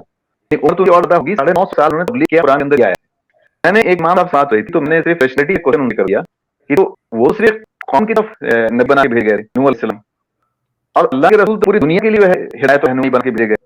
तो जब अल्लाह ताला उनको 9 साल का टाइम दे सकता है, इनको तो टाइम दे सकता था ताकि पूरी दुनिया जो है वो हिदायत पा जाए। कयामत क्या तक ही बेहतर होगा ना। हाँ, पूरे कयामत क़यामत तक तक करे। हाँ, तो एकदम मतलब अल्लाह आपकी बात से इतना कलह कर रहा है। एक तरफ एक देर से एक टाइप ठीक करने के लिए कुछ लोग हैं वहां पर, उनको ठीक करने को 9 साल दे तुमको, ठीक है, और एक तो बोले कि तुम रहमतुल्लिल आलमीन बाकी सारी दुनिया भेजा है, और बोल रहे हैं कि भाई हम तुमको ज्यादा टाइम नहीं देंगे, सिर्फ 1 साल है, उसके बाद करस समझाएंगे, उसके बाद उसमें भी बदतर निकाल के जन्म डाल दो। क्या लॉजिक चीज। अच्छा, जो लोग के बारे में सोचता है, ये सोचता है कि दुनिया से तकलीफें कैसे हट जाए, कोई जी भूखा ना मरे, हाँ परेशान ना हो। तो हाँ हजरत मोहम्मद साहब की जिंदगी में तो हमको ये नहीं नजर आता है। वहां तो सिर्फ और सिर्फ ईमान थोड़ा नजर आता है। ईमान बिल्कुल। इस्लाम, ईमान इस्लाम, यार बता देते जहां दुनिया के कई से कोने हैं, उधर का किसी का नाम नहीं लिया मोहम्मद साहब ने। हाँ, किसी का कोई है नहीं दिख रहा। मैं तो ये भी पूछना चाहता हूँ ना कि रसूलुल्लाह जब अरब में थे, मक्का में, और उनके ऊपर वही नाज़िल हो रही थी और कुरान नाज़िल हो रहा था, पूरी दुनिया कायनात का मालिक जो है वो नाज़िल कर रहा था। उसी वक्त में हिंदुस्तान भी तो थे, चाइना में लोग थे, सिविलाइजेशन था, ये एग्जिस्ट करता। यहाँ पर कितने लोग परेशान होंगे, कितने लोग भूखमरी से मर रहे होंगे, कितने लोग बीमार होंगे, इतने ऐसे माँ बाप होंगे जिनको बच्चों ने घर से निकल दिया होगा। ये तो स्थिति हर जगह होगी ना, इमरजेंसी हर टाइम में। ऐसे लोगों के बारे में, कितनी औरतों के साथ रेप हुआ होगा, कितना, इसके बारे में अल्लाह को कोई फिक्र नहीं है। अल्लाह को ये फिक्र है कि मेरे रसूल आगे अपनी आवाज ऊंची न करो, उसके घर देर तक न बैठो। तो यार में जो इंटरप्रेट करते हैं लोग है कि उसके घर तुम देर तक ना बैठो, ठीक है, आओ उसके बाद निकल जाओ। ये सब बातें काम हो रही हैं। और दुनिया जान में इतनी परेशानी है, इतने लोग परेशान हैं, मसले हैं, उनके बारे में कोई फिक्र नहीं आज के बाद। अच्छा, और एक कॉमेडी की बात देखिए आप, जी ये डॉक्टर जाकिर नायक एमबीबीएस साहब है और ऐसे जैसे लोग हैं, इनका दावा होता है कि कुरान जो है ये कॉन्स्टिट्यूशन है, जिंदगी के सही। कॉन्स्टिट्यूशन है, पूरी कायनात के लिए कॉन्स्टिट्यूशन है। और कॉन्स्टिट्यूशन के चैप्टर्स नाम देखो आप, गाय गाय सही बात है। मकड़ी, जी जी। गाय मकड़ी, हाँ, और चौपाए चौपाए।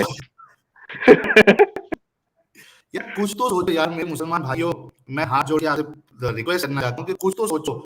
जैसे हमको ये लगता है कि यार ये कैसे हो सकता है, आप लोगों को क्यों नहीं लगती चीजें, गाय भैंस मकड़ी और इस तरीके से और अजीब अजीब सूर्य नाम है, खुद सब सामने आ जाएंगे। हाँ, उसके अंदर जो जो जो इन लोगों ने पेश किया है ना, बड़े, क्योंकि मैंने क्या बोला कि कायली सोच का एक सियासी इल्जाम बनाकर पेश किया गया। जो सोच है वो भी कायली है इस अंदर में। जो आज भी आप यहाँ पे जाकर देखें जहाँ इस्लाम एग्जिस्ट कर रहा है, जो सऊदी अरब है, जो कहते हैं हम इस्लाम के साथ चलते हैं, खैर तो बहुत लीगल हुआ सऊदी, लेकिन जो पहले वाला मामला जिसमें मैं रहता हूँ, तो वो क्या है, कायली सोच है। आपको जबरन मस्जिद अंदर ले जाता था, वहाँ पर मुद्दे घूमते रहते नमाज के वक्त में, अगर पकड़े गए आप या आप नमाज पढ़ाएं, क्या कबाली सोच है। कोई अगर जेल में पड़ा गया तो उस मारो जान से गर्दन काटो, ये सब कबाली सोच है। तो वो कबाली सोच वाली चीज को इन लोगों ने सियासी इल्जाम बना करके पेश किया, वही सोच में ये उड़े हुए। बिल्कुल। अच्छा, आखिरी सवाल आपसे ये है ताहिर भाई के, हमारे मोमिन भाई को आप क्या ऐसी सलाह दोगे कि वो सोचने पर मजबूर हो जाए कि वाकई में हमें फिर से एक बार कुरान का इस्लाम का मुताला करना चाहिए, यानी अकीदत की भट्टी को हटाकर एक न्यूट्रल सेंस में वो देखिए, ऐसी क्या आप उनको सलाह देंगे, सजेशन देंगे? कि मैं अपने मोमिन भाइयों को ये कहना चाहता हूँ कि ये कुरान में जो है इन लफ्ज बहुत आए हैं, बार-बार आए हैं कुरान में। अच्छा, ये मानते हैं कि जो पहली सूरत पहली आयत नाज़िल हुई थी रसूल अल्लाह पर, वो इतर करके आई थी, पढ़ो, यानी अल्लाह रसूल को भी कह रहा है पढ़ने के लिए। तो ज़ाहिर सी बात है कि आपको भी पढ़ने के लिए बोलेगा ही अल्लाह, ऐसा नहीं बोलेगा। जो इनका अकीदा है उस फॉर्म में बात कर रहा हूँ। तो भी आप एक चीज को ये करें कि इस्लाम पूरी दुनिया का मजहब है, सबसे बेहतरीन मजहब है, इससे बेहतर कोई मजहब नहीं है, इससे बेहतर कोई बात नहीं है, लेकिन आप उसको जानने की कोशिश नहीं कर रहे हैं, तो ये अपने आप में एक पैराडॉक्स हो गया ना, एक तरह का कॉन्ट्रडिक्शन हो गया। आप कह रहे हैं कि सबसे बेहतर, लेकिन आप जानने की कोशिश नहीं कर रहे हैं। सपोज आप अगर कोई आदमी किसी मूवी को देख करके आगे उसका रिव्यू देता है कि यार ये मूवी ऐसी है और ऐसी है और फलाना ढाना, तो क्या आप मानेंगे कि आप उस मूवी को देख लिया? आप नहीं मानेंगे। आप उस मूवी को जाके खुद से देखेंगे तभी आप मानेंगे कि हाँ, आप उस मूवी को देखा। तो अभी जो आपके पास इस्लाम की कहानी मौलाना बता रहे हैं ना, वो उलमा बता रहे हैं, वो सिर्फ वो आप समझा रहे हैं, वो आप मोहलते रख रहे हैं, और उनकी मजबूरी है। उनकी मजबूरी है कि उन्होंने टेक्निकल डिग्री ली है, वो इंजीनियर नहीं, वो डॉक्टर नहीं, उनके साथ मसला ये है कि मेंबर ही कमाई कर सकते हैं। तो वो जाहिर सी बात है उनके पीछे अगर मुसल्ली क्या बोलते हैं, ये जो ईमान के पीछे मुक़द्दी ना हो, तो फिर उनको सैलरी कहाँ से आएगी? उनको सुनने वाले ना हो, उनको सैलरी कहाँ से आएगी? तो इसी वजह से वो आपको उस चीज़ में उलझा के रखते हैं। आप खुद से जाएँ, इल्म लें, पढ़ें, उसके बाद अगर आपको लगता है कि ये बेहतरीन है तो बेहतरीन बताएं दुनिया को। लेकिन अगर आपको लगता है कि इसके अंदर बेहतरीन बातें नहीं है, तो सच्चाई को एक्सेप्ट करें। ये कोई बुरी बात नहीं है, सच मानना कोई बुरी बात नहीं है। अगर मैंने कहीं पर कोई गलत काम किया है और मैं पकड़ा गया हूँ, तो मुझे एक्सेप्ट कर लेना चाहिए कि मैंने गलत किया है। क्यों? क्योंकि मैं किया है ऐसा।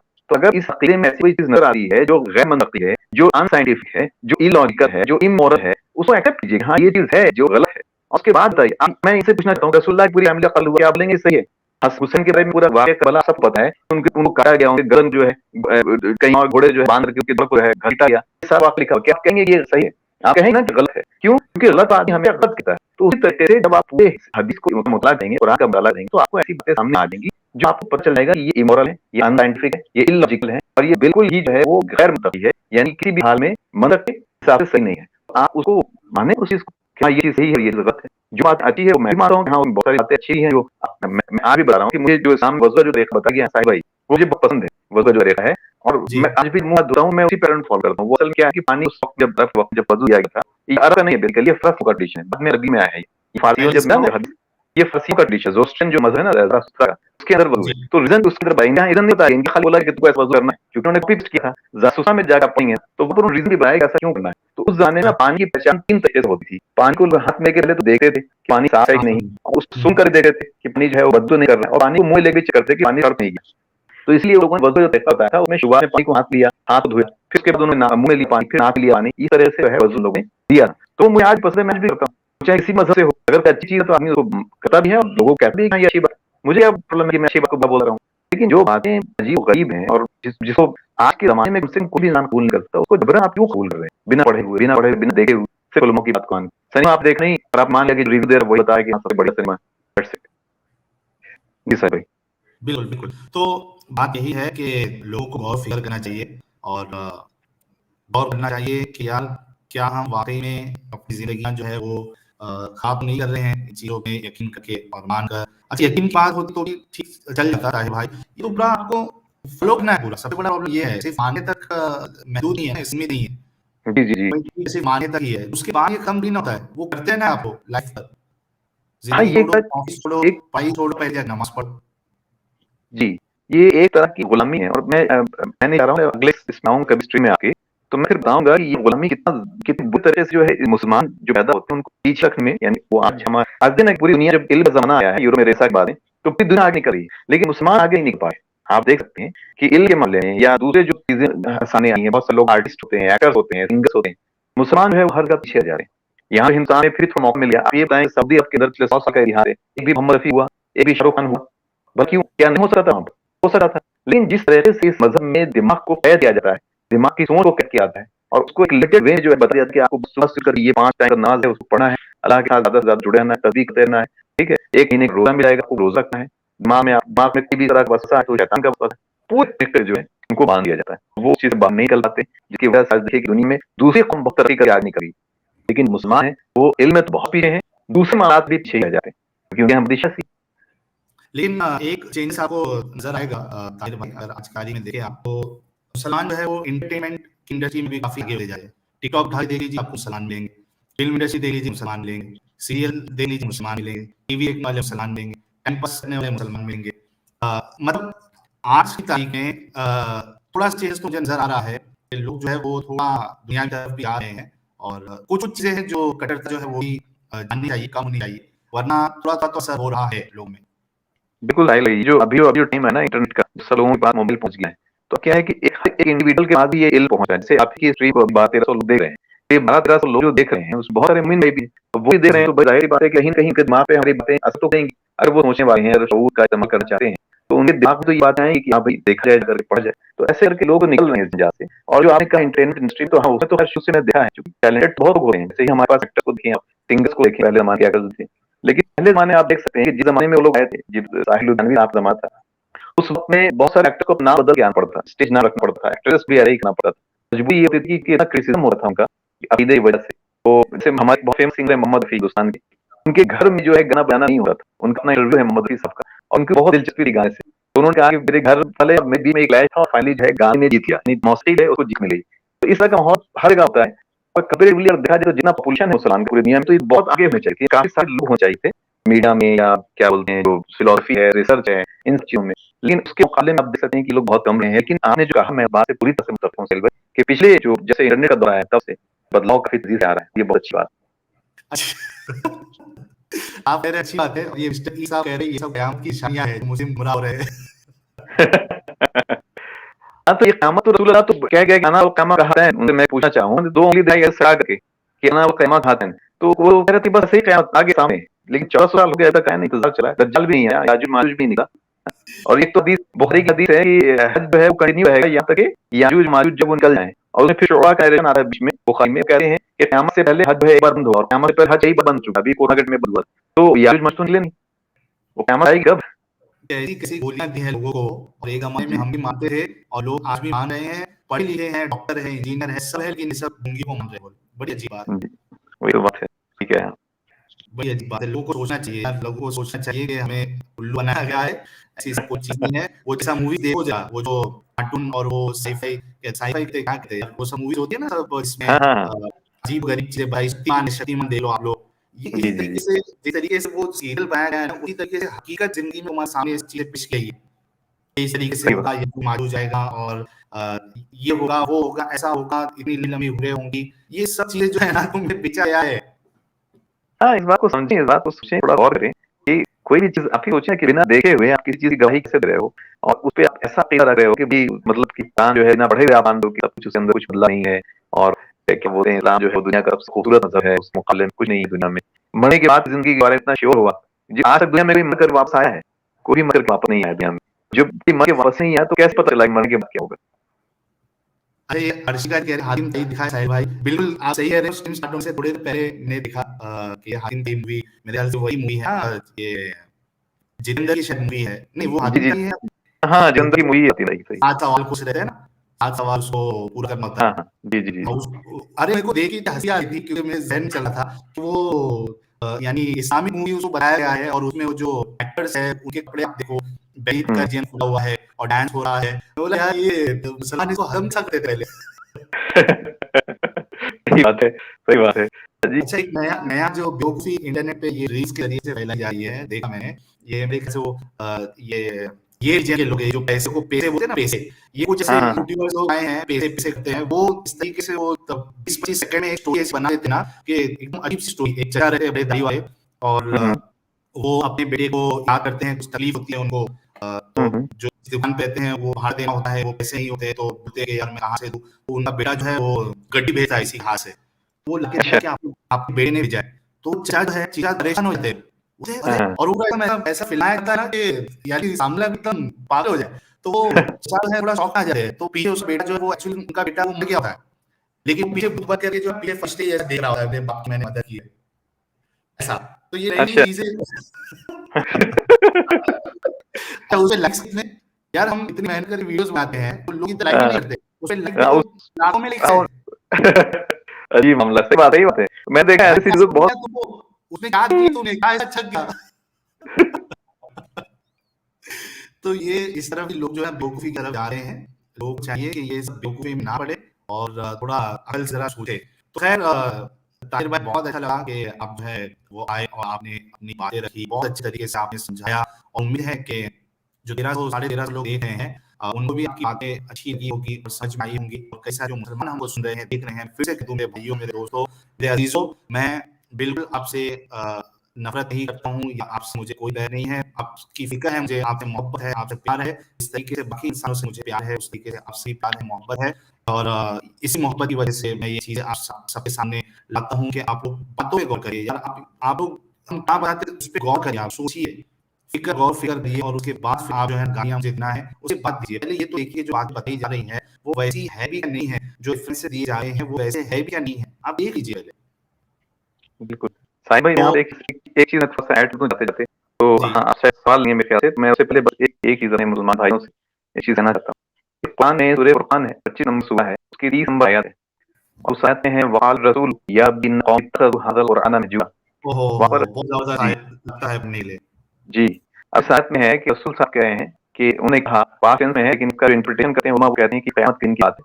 उसमें है कि रसूलुल्लाह कह रहे हैं कि ऐ मेरे रब, बिलाशुबा मेरी कौम के लोगों ने इस कुरान को छोड़ दिया। अब देखिए यहाँ पर महजूरा के अल्फाज़ हैं, हिजरत जो लफ्ज़ बनता है हिजर उससे, यानी किसी चीज़ को ऐसे छोड़ना कि उसकी तरफ वापस न जाए। तो रसूलुल्लाह ये कंप्लेन कर रहे हैं अपनी कौम के बारे में, अल्लाह से कर रहे हैं क़यामत के दिन आपके पास जो इंटरप्रिटेशन मौजूद है, आप सारे मोमिन भाई आप उसको मानते हैं। तो रसूलुल्लाह किसके बारे में कह रहे हैं? कि यहूदी के बारे में कह रहे हैं, या ईसाई के बारे में कह रहे हैं, क्या हिंदू के बारे में कह रहे हैं? वो कह रहे हैं आपके बारे में, आपने कुरान को छोड़ दिया। आप अगर आप ये कहते हैं कि नहीं आपने पढ़ रखा है, तो इसका मतलब कि कुरान शायद गलत है। रसूलुल्लाह कह रहे हैं, अगर कुरान की आयत सही है, इसका मतलब कि आप कुरान को वाक़ई पढ़ा हुआ है। तो आप कुरान को पढ़ें, देखें कुरान क्या कहता है, फिर उसके बाद आएँ, फिर गुफ्तगू करेंगे हम लोग इसके ऊपर। बहुत सारी बातें होंगी आगे। जी, साहिल बल्कि शुक्रिया। तारिक भाई, मैं तो ये कहूँगा कि आज जितने मुसलमान ये वीडियो देख रहे हैं आज की, वो अहद कर ले इधर से कि मैं आज से ही रोज़ 2 पन्ना जो है कुरान, उसका ट्रांसलेशन पढ़ूँगा। बिल्कुल, बिल्कुल, बहुत अच्छी बात कही आपने, बिल्कुल, मैं भी ये कहता हूँ। हाँ, चाहे आपको हिंदी आती हो, उर्दू आता हो, इंग्लिश आती हो, आप लोग ये तय कर लीजिए कि आज से जो सवालात उठ रहे हैं, तो हमारा देखना ज़रूरी है कि क्या है इसमें। हमने आज तक कभी पढ़ा नहीं। आप लोग तय कीजिए, आज से ही हम इस कुरान को खोलेंगे और इसका तर्जुमा पढ़ेंगे और उसके बाद फिर आके हमसे कहेंगे कि हाँ, आपने गलत बताया था या हाँ, आपने सही बताया था। लेकिन आप पढ़ना तो शुरू करिए। अगर हम कह रहे हैं कि पढ़ो, खोलो कुरान, देखो हाँ। क्या लिखा है। हाँ, मैं इसलिए मैंने जो चैनल बनाया अपना, मैंने इस पर्पज़ से बनाया कि मैं कुरान का जो सही इंटरप्रिटेशन लोगों के सामने रखूँ। देखो भाई, तुमसे ये बर्बादी की गई है, तुम्हें लाइन ही में रखा गया, मैं नहीं बताया गया कि इसके अंदर क्या है, इसके अंदर बिल्कुल डिफरेंट बात। तो मैं मेरी कोशिश है, आप भी कोशिश कर रहे हैं, सभी लोग कोशिश कर रहे हैं, देखते हैं कि कहाँ की कोशिश जो है हमारी वो कामयाब होती है। उम्मीद है कि अब रहा है कि लोग समझ रहे हैं बातों को। बिल्कुल, बिल्कुल। दोस्तों देखिए 1300 लोग देख रहे हैं और जो ताहिर भाई का जो चैनल है मैन्यू मिरर, उसका लिंक मैंने पिन किया है। इसमें अभी तक 770 सब्सक्राइबर है और जी, आप लोगों को चाहिए कि आप इसे अभी का अभी जो है वो 1000 तक पहुँचाएँ, क्योंकि 1200 साढ़े 1200 1300 लोग देख रहे हैं। ये देखिए मैंने लिंक फिर से शेयर किया है। ताहिर भाई का चैनल है, ये देखिए ये लिंक मैंने शेयर किया है। आप सबसे रिक्वेस्ट है कि आप लोग इसको कम से कम 1000 तक पहुँचा दो यार अभी का अभी। आपने इनकी बातें सुनी हैं और इतनी प्यारी, इतने अच्छे तरीके से ये बात रखते हैं, ये अंदाज़ा आपको हो ही गया होगा। ये देखिए स्वीटी जी भी शेयर किया है। तो आप लोग प्लीज़ ताहिर भाई के चैनल को सब्सक्राइब कर लें, बहुत ज़रूरी है क्योंकि बहुत ही अलग एंगल से ये अपनी बात रखे हैं और काफ़ी जी, नॉलेजेबल है, काफ़ी बहुत इन्होंने दिया है। सऊदी में थे ये, उलमा की उसको क्या कहते हैं, निगरानी में करें या फिर उलमा के अंडर में थे, इन्होंने काफ़ी चीज़ें सीखी है। बड़े-बड़े आलिम, ये छोटे-मोटे आलिम नहीं, जिनको एबीसीडी नहीं आती है। बड़े-बड़े उलमा के अंडर में इन्होंने इल्म सीखा है। तो आप सबसे रिक्वेस्ट है कि प्लीज़ आप इन चैनल को सब्सक्राइब करें। बल्कि ताहिर भाई मुझे ये भी बता रहे थे कि तकरीबन 1 साल के आस-पास इन्होंने इमारत भी की है। तो मैं एक रिक्वेस्ट करूँगा ताहिर भाई कि आप कुछ जो है कुरान की कुछ आयतें या कोई छोटा सूरा या जो भी आपका फेवरेट सूरा था, वो आप हमारे व्यूअर्स को, नाज़रीन को, दर्शकों को सुनाएँ, ताकि थोड़ी तसल्ली हमारे मोमिन भाइयों को भी हो जाए कि आप वाक़ई में एक मुस्लिम हैं, जिन्होंने काफ़ी वक़्त इस्लाम के लिए दिया है। जी। जी, बहुत शुक्रिया आपका और स्वीटी जी ने जो मेरे चैनल को शेयर किया, उनका भी बहुत-बहुत शुक्रिया। मैं एक टाइम में ये मेरी बहुत फ़ेवरेट आयत है जो मैं बहुत पढ़ता था, कुरान भी नमाज़ पढ़ता था। इमामत मैं सऊदी में रहता था, वहाँ जॉब करता था, जो हमारे कैंप की मस्जिद थी, वहाँ पर मैंने इमामत भी किया है और चूँकि मेरी क़िरात अच्छी थी, तो इसी बेसिस पे मुझे जो है इमामत मिला था। तो कुरान की सूरह यूनुस की आयत है जहाँ पर फ़िरौन का ज़िक्र आता है कि इन लोगों ने उसको कर दिया कि पानी में डुबाया गया फ़िरौन को। उसका ज़िक्र मैं अक्सर पढ़ा करा था। बहुत अच्छी आयत है, मतलब उसके मानी बहुत अच्छे हैं, लेकिन जो तर्जुमा पेश किया गया है तर्जुमा वो बहुत गलत है। मैं उसी आयत को पढ़ता हूँ, जो मैं जिस तरह से पढ़ा था मैं उस तरह से पढ़ा हूँ। जी।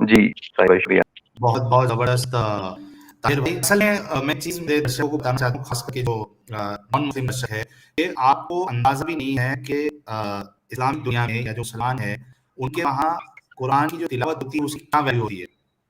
हुँ, बहुत लोग जो है वो अ, यानी बहुत इंटरेस्टिंग होता है उनके लिए, बहुत ज़्यादा अच्छी चीज़ मानी जाती है जब कोई कुरान को जो है वो अच्छी तरीके से पढ़ता है या उसकी तिलावत करता है, तो बहुत वैल्यू है इसकी। तो हो सकता है कि चूँकि हम लोग जो है वो बचपन से इसी को सुनते हैं और अलग-अलग जो का साहिब भाई की आवाज़ लो। हेलो, हेलो, क्या हो गया?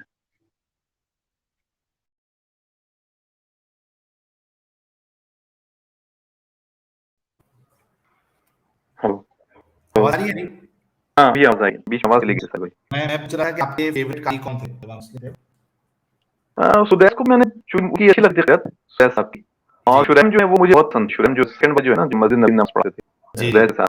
हुँ, मौलाना शुरैम का मुझे बहुत अच्छा लगता था। इनफैक्ट जब आए थे यहाँ 2011 में यहाँ दिल्ली की एक मस्जिद नमाज़ पढ़ाने के लिए, तो उस वक़्त मैं दिल्ली में था, तो मैंने उनके पीछे नमाज़ भी पढ़ी थी यहाँ पे, शुरैम साहब के पीछे।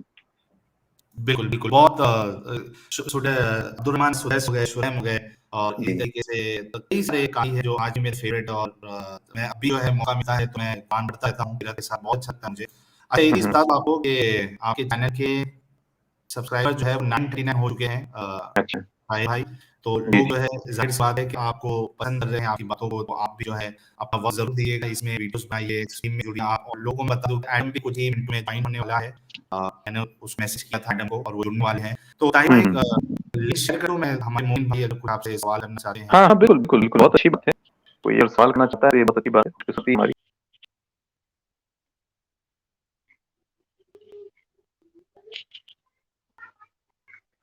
फ्री में ये आवाज आ रही है ना? हाँ, आपकी आवाज तो आ रही है। हाँ, तो मैं सभी लोगों से रिक्वेस्ट करना चाहता हूँ सबसे पहले कि ये आप लोग वीडियो लाइक और शेयर करें, और मैं लिंक शेयर करने वाला हूँ, तो आपसे रिक्वेस्ट है कि कोई भी हमारा जो नॉन मुस्लिम भाई है वो प्लीज ना जुड़े एज ऑफ नाउ। पहले हमारे मोमिन भाइयों को मौका देते हैं कि वो आए और अपने सवाल रखें, तो आप लोग प्लीज ना जुड़े, ये रिक्वेस्ट है भी आपसे।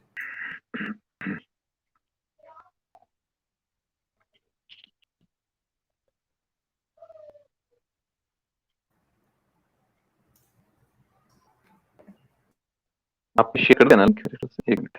ये मैं शेयर किया है, एक पे कर देता हूँ, 1 मिनट दीजिएगा। हाँ, ठीक।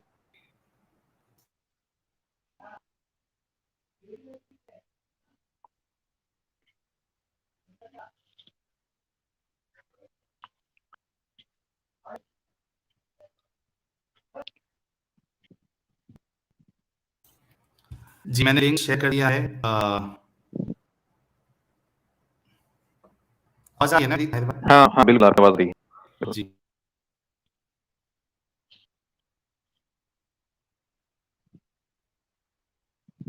तो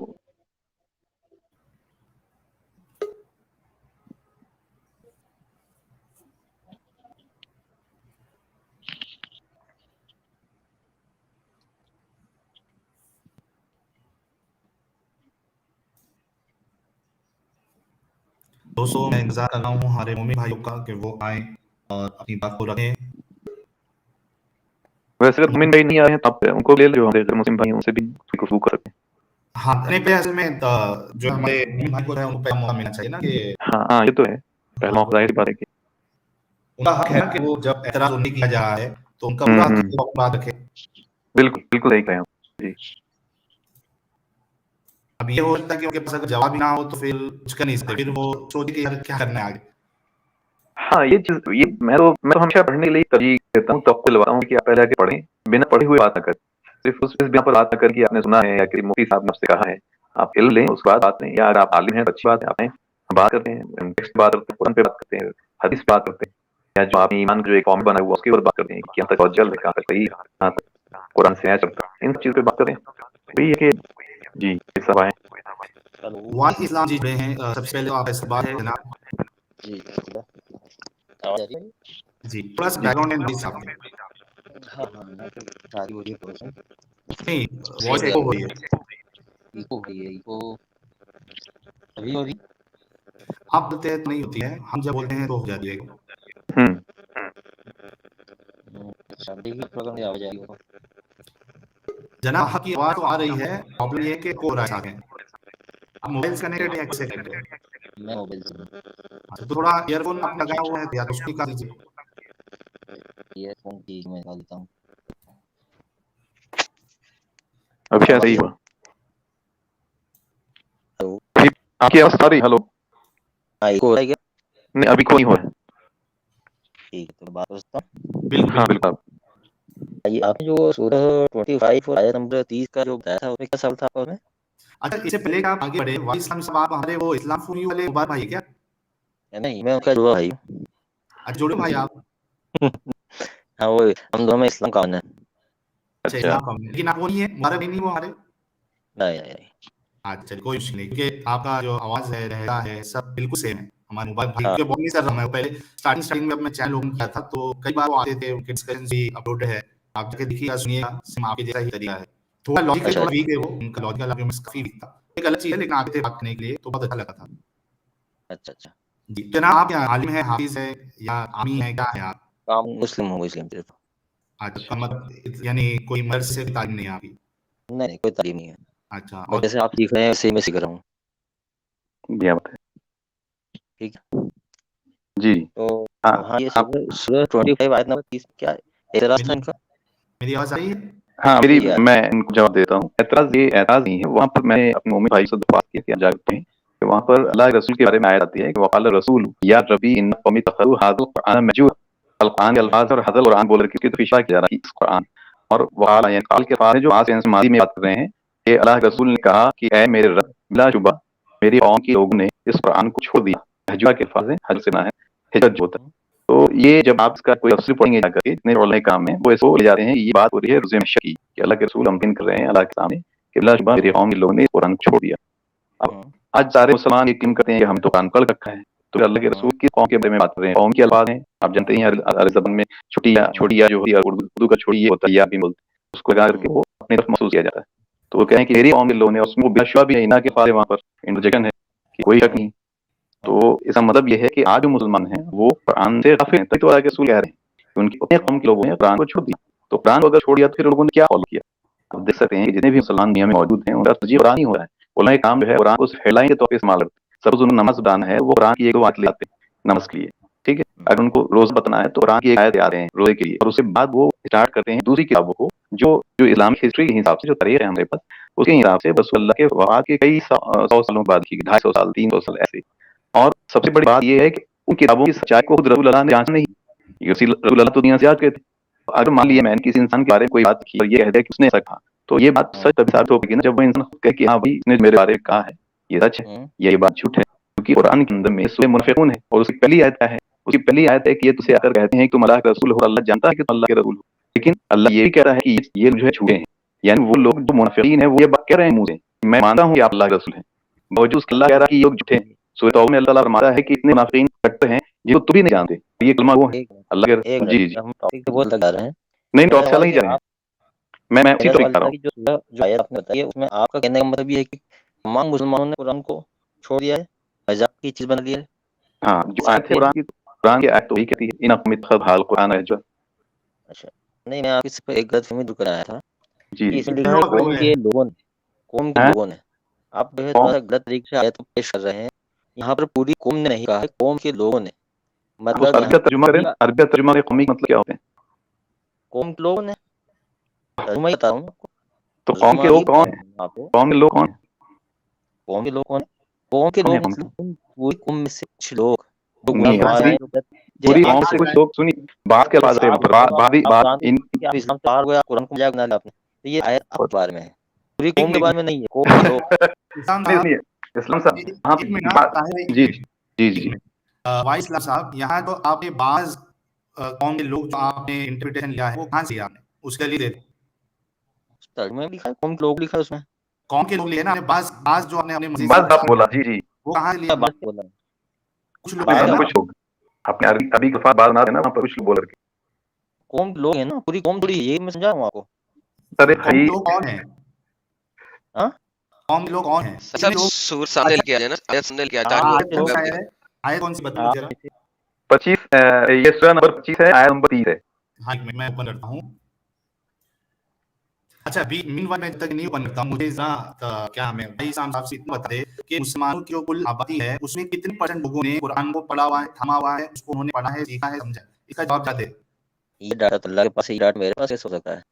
नहीं, कि आप हमारी हमने एक कॉमन मिनट सेंस में रखिए कि किसी दिन में क्या झूठा है, ये नहीं, मैं क्या बता सकता हूँ? नहीं, एक मिनट, याद देखिए ये बात, दिन में क्या है, मैं ये दिल की बात नहीं है कैसे प्रैक्टिकल बात हो रही है प्रैक्टिकल बात दिल की भाई बात नहीं हो रही। साहब, देखिए जल भी इस काम लीजिएगा। प्रैक्टिकली जो माजरा हम देख रहे हैं मुसलमानों का, हम भी मुस्लिम रहे हैं, मैंने समझता हूँ कि 4 से 5% लोग भी टोटल होंगे जिन्होंने कुरान को पूरा पढ़ा है, समझा है और उसको सीखा है। 5% भी नहीं होंगे। क्या आप इस बात से मुत्तफिक नहीं है? ईमानदारी से बोलिए जरा। देखिए, ये तो कॉमन सेंस वाली बात है कि सारी दुनिया में अगर सभी लोग इंटेलेक्चुअल हो जाएंगे तो फिर वो निजाम ही कुछ अलग हो जाएगा। इसमें गरीब तबका भी होता है, अनपढ़ तबका भी होता है, हर तरीके के लोग होते हैं, और इन लोगों को गरीब से क्या हो सिखाने जा के रहा है? समझाने के लिए कुछ पढ़े लिखे लोग होते हैं, आलिम होते हैं जो उन तक वो बात पहुंचाते हैं अच्छी अच्छी। ये मुमकिन नहीं है कि प्रति सब लोगों को सारा कुरान आए, सारे कुरान की बातें मतलब समझ में आए, जरूरी तो तो नहीं है। बड़े-बड़े दावे क्यों है फिर? बड़े-बड़े दावे मुसलमानों के जिनको एक नहीं आता है, बी नहीं आता है, ये दावा क्यों है कि कुरान चेंज नहीं हुआ है, कुरान में सब बातें सही है? ये दावे क्यों है जब आपने देखा नहीं, पढ़ा नहीं, सीखा नहीं, समझा नहीं? और इसमें अमीरगरी का क्या सवाल है? आपने सारी कौम की बात कर रहे हो भाई, मैं ये नहीं हम कहा नहीं कह कि रहे, किसी ने अल्लाह कह रहा पढ़ा। है। हमने क्या सब अदा करा है तो काम है अल्लाह कह रहा है। सबने आप अरे अल्लाह के मुंह भाई, अल्फाज दल रहे हैं वहां के। सबने नहीं पढ़ा, ये बात आपने बोली ना, मैं उससे समझा कौन रहा हूँ सी आपको बात कि है? सारी दुनिया की गारंटी कोई नहीं ले रहा है। वो जो अल्लाह पढ़े भी नहीं ले लिखे लोग आएगा। हैं, जो नहीं पढ़े लिखे लोग हैं, उन तक दीन पहुंचा रहे हैं, उनको समझा रहे हैं।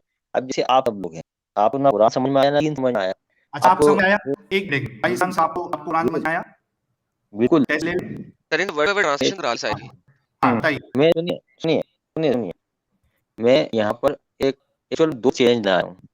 पहले ही चेंज, एक लोग मिनट मिनट, ये देखिए, इसका तर्जुमा सुनिए, देखिए। चैलेंज एक क्या मिनट, होगा एक अगर मिनट। समझिए, नहीं, वर्ड ये बाय चैलेंज वर्ड देखिए, क्या ट्रांसलेशन होगा ले अगर ले सर इनकी 2 चेंज मिनट भेज मेरी बात 2 मिनट नहीं, इन मेरी लोग बात। पॉइंट टू पॉइंट चले भाई, वाइस साहब, आप आप चैलेंज बाद में अरे दीजिएगा। आपने इस आयत के बारे में आपने बात की है ना, मैं ये चैलेंज कहते कर रहा हूँ, सामने मैं चैलेंज एक कर जी रहा मिनट हूँ। रुको तर्जुमा एक बार तर्जुमा देख लेना चैलेंज देखिए, है पर तर्जुमा देने से अर्जुन। देखिए, इसका तर्जुमा क्या किया है?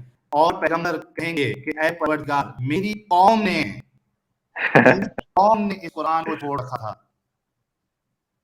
कि आपने बात का जो बोंगी मारी है बीच में से अपनी अल्लाह के मुंह में आप अल्फाज डाला उससे, अल्लाह के मुंह में अल्फाज डाला आपने।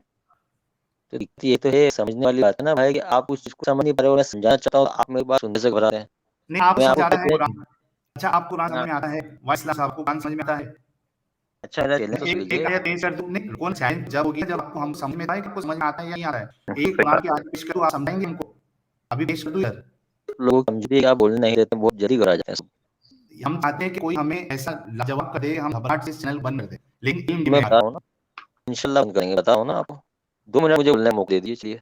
चलिए बोलिए, 2 मिनट दे दिया, बोलिए। मैं यहाँ पे 2 चैलेंज देने के लिए आया हूँ। जो भी आपके एक से मुस्लिम की जितनी भी टीम है, उसमें से कोई बंदा सिलेक्ट कर लीजिए। उस बंदे के साथ मेरी 1 टू 1 डिस्कशन किसी भी टॉपिक पर रख लीजिए। हम दोनों एक-दूसरे से सवाल पूछेंगे और किसकी विचारधारा सही है, ये पब्लिक को फैसला करने दीजिए। टाइमर लगाइए, 1 टू 1 डिबेट रखिए और दोनों तरफ से सवाल, इंटरव्यू नहीं। किसी एक भाई मैं जवाब दे रहा हूँ, तुम सवाल पूछो। इसमें क्या है कि सत्य सामने नहीं आ पा रहा है। वो तुम इस्लाम से बाहर हुए तो तुम किस जगह पे गए? तुम सत्य तुमने पाया कि नहीं पाया, ये भी तो मालूम पड़े। तुम्हारी विचारधारा भी पब्लिक की विचार चाहिए। और दूसरा चैलेंज मेरा ये है कि मैं डिस्कशन करूँगा और तुम्हारे अंदर से मैं इस्लाम निकाल के ले आऊँगा। सिर्फ तुमसे सवाल पूछूँगा, कोई भी सामने बैठ जाए। तुमसे सवाल पूछूँगा, तुम्हारे से ही मैं साबित करूँगा कि इस्लाम की हर बात सच्ची है। ये 2 चैलेंज है, दोनों में से कोई सा भी चैलेंज एक्सेप्ट कर सकता है। सवाल पूछने का हक चाहिए उसमें भी। हेलो, हो गई आपकी बात बात मेरी हो गई? भाई? बात हो गई? हाँ चलिए। हाँ, मैं आपको कहता हूँ कि आपका ये चैलेंज एक्सेप्ट करने के लिए हम रेडी हैं। एक कुरान की आयत आपके सामने पेश की जाएगी, आप उसे हमें समझा दें, ताकि लगे ना कि आप चैलेंज देने के काबिल ही तो है। अगर आपको आमदा ही नहीं पता होगा, तो फिर आपसे कैसे बात की जाए? चैलेंज के लिहाज से नॉर्मल आप डिस्कशन हमारे साथ कर सकते हैं। मेरे सर भाई, मैं मेरे मैं भी जो बोल लूँ साहिल? चैलेंज थी ना, या दोनों प्लीज। चैलेंज में मैं यही साबित करूँगा कि कुरान की आयत को किस तरीके से समझाया जाता है और किस तरीके से दिखाया जाता है।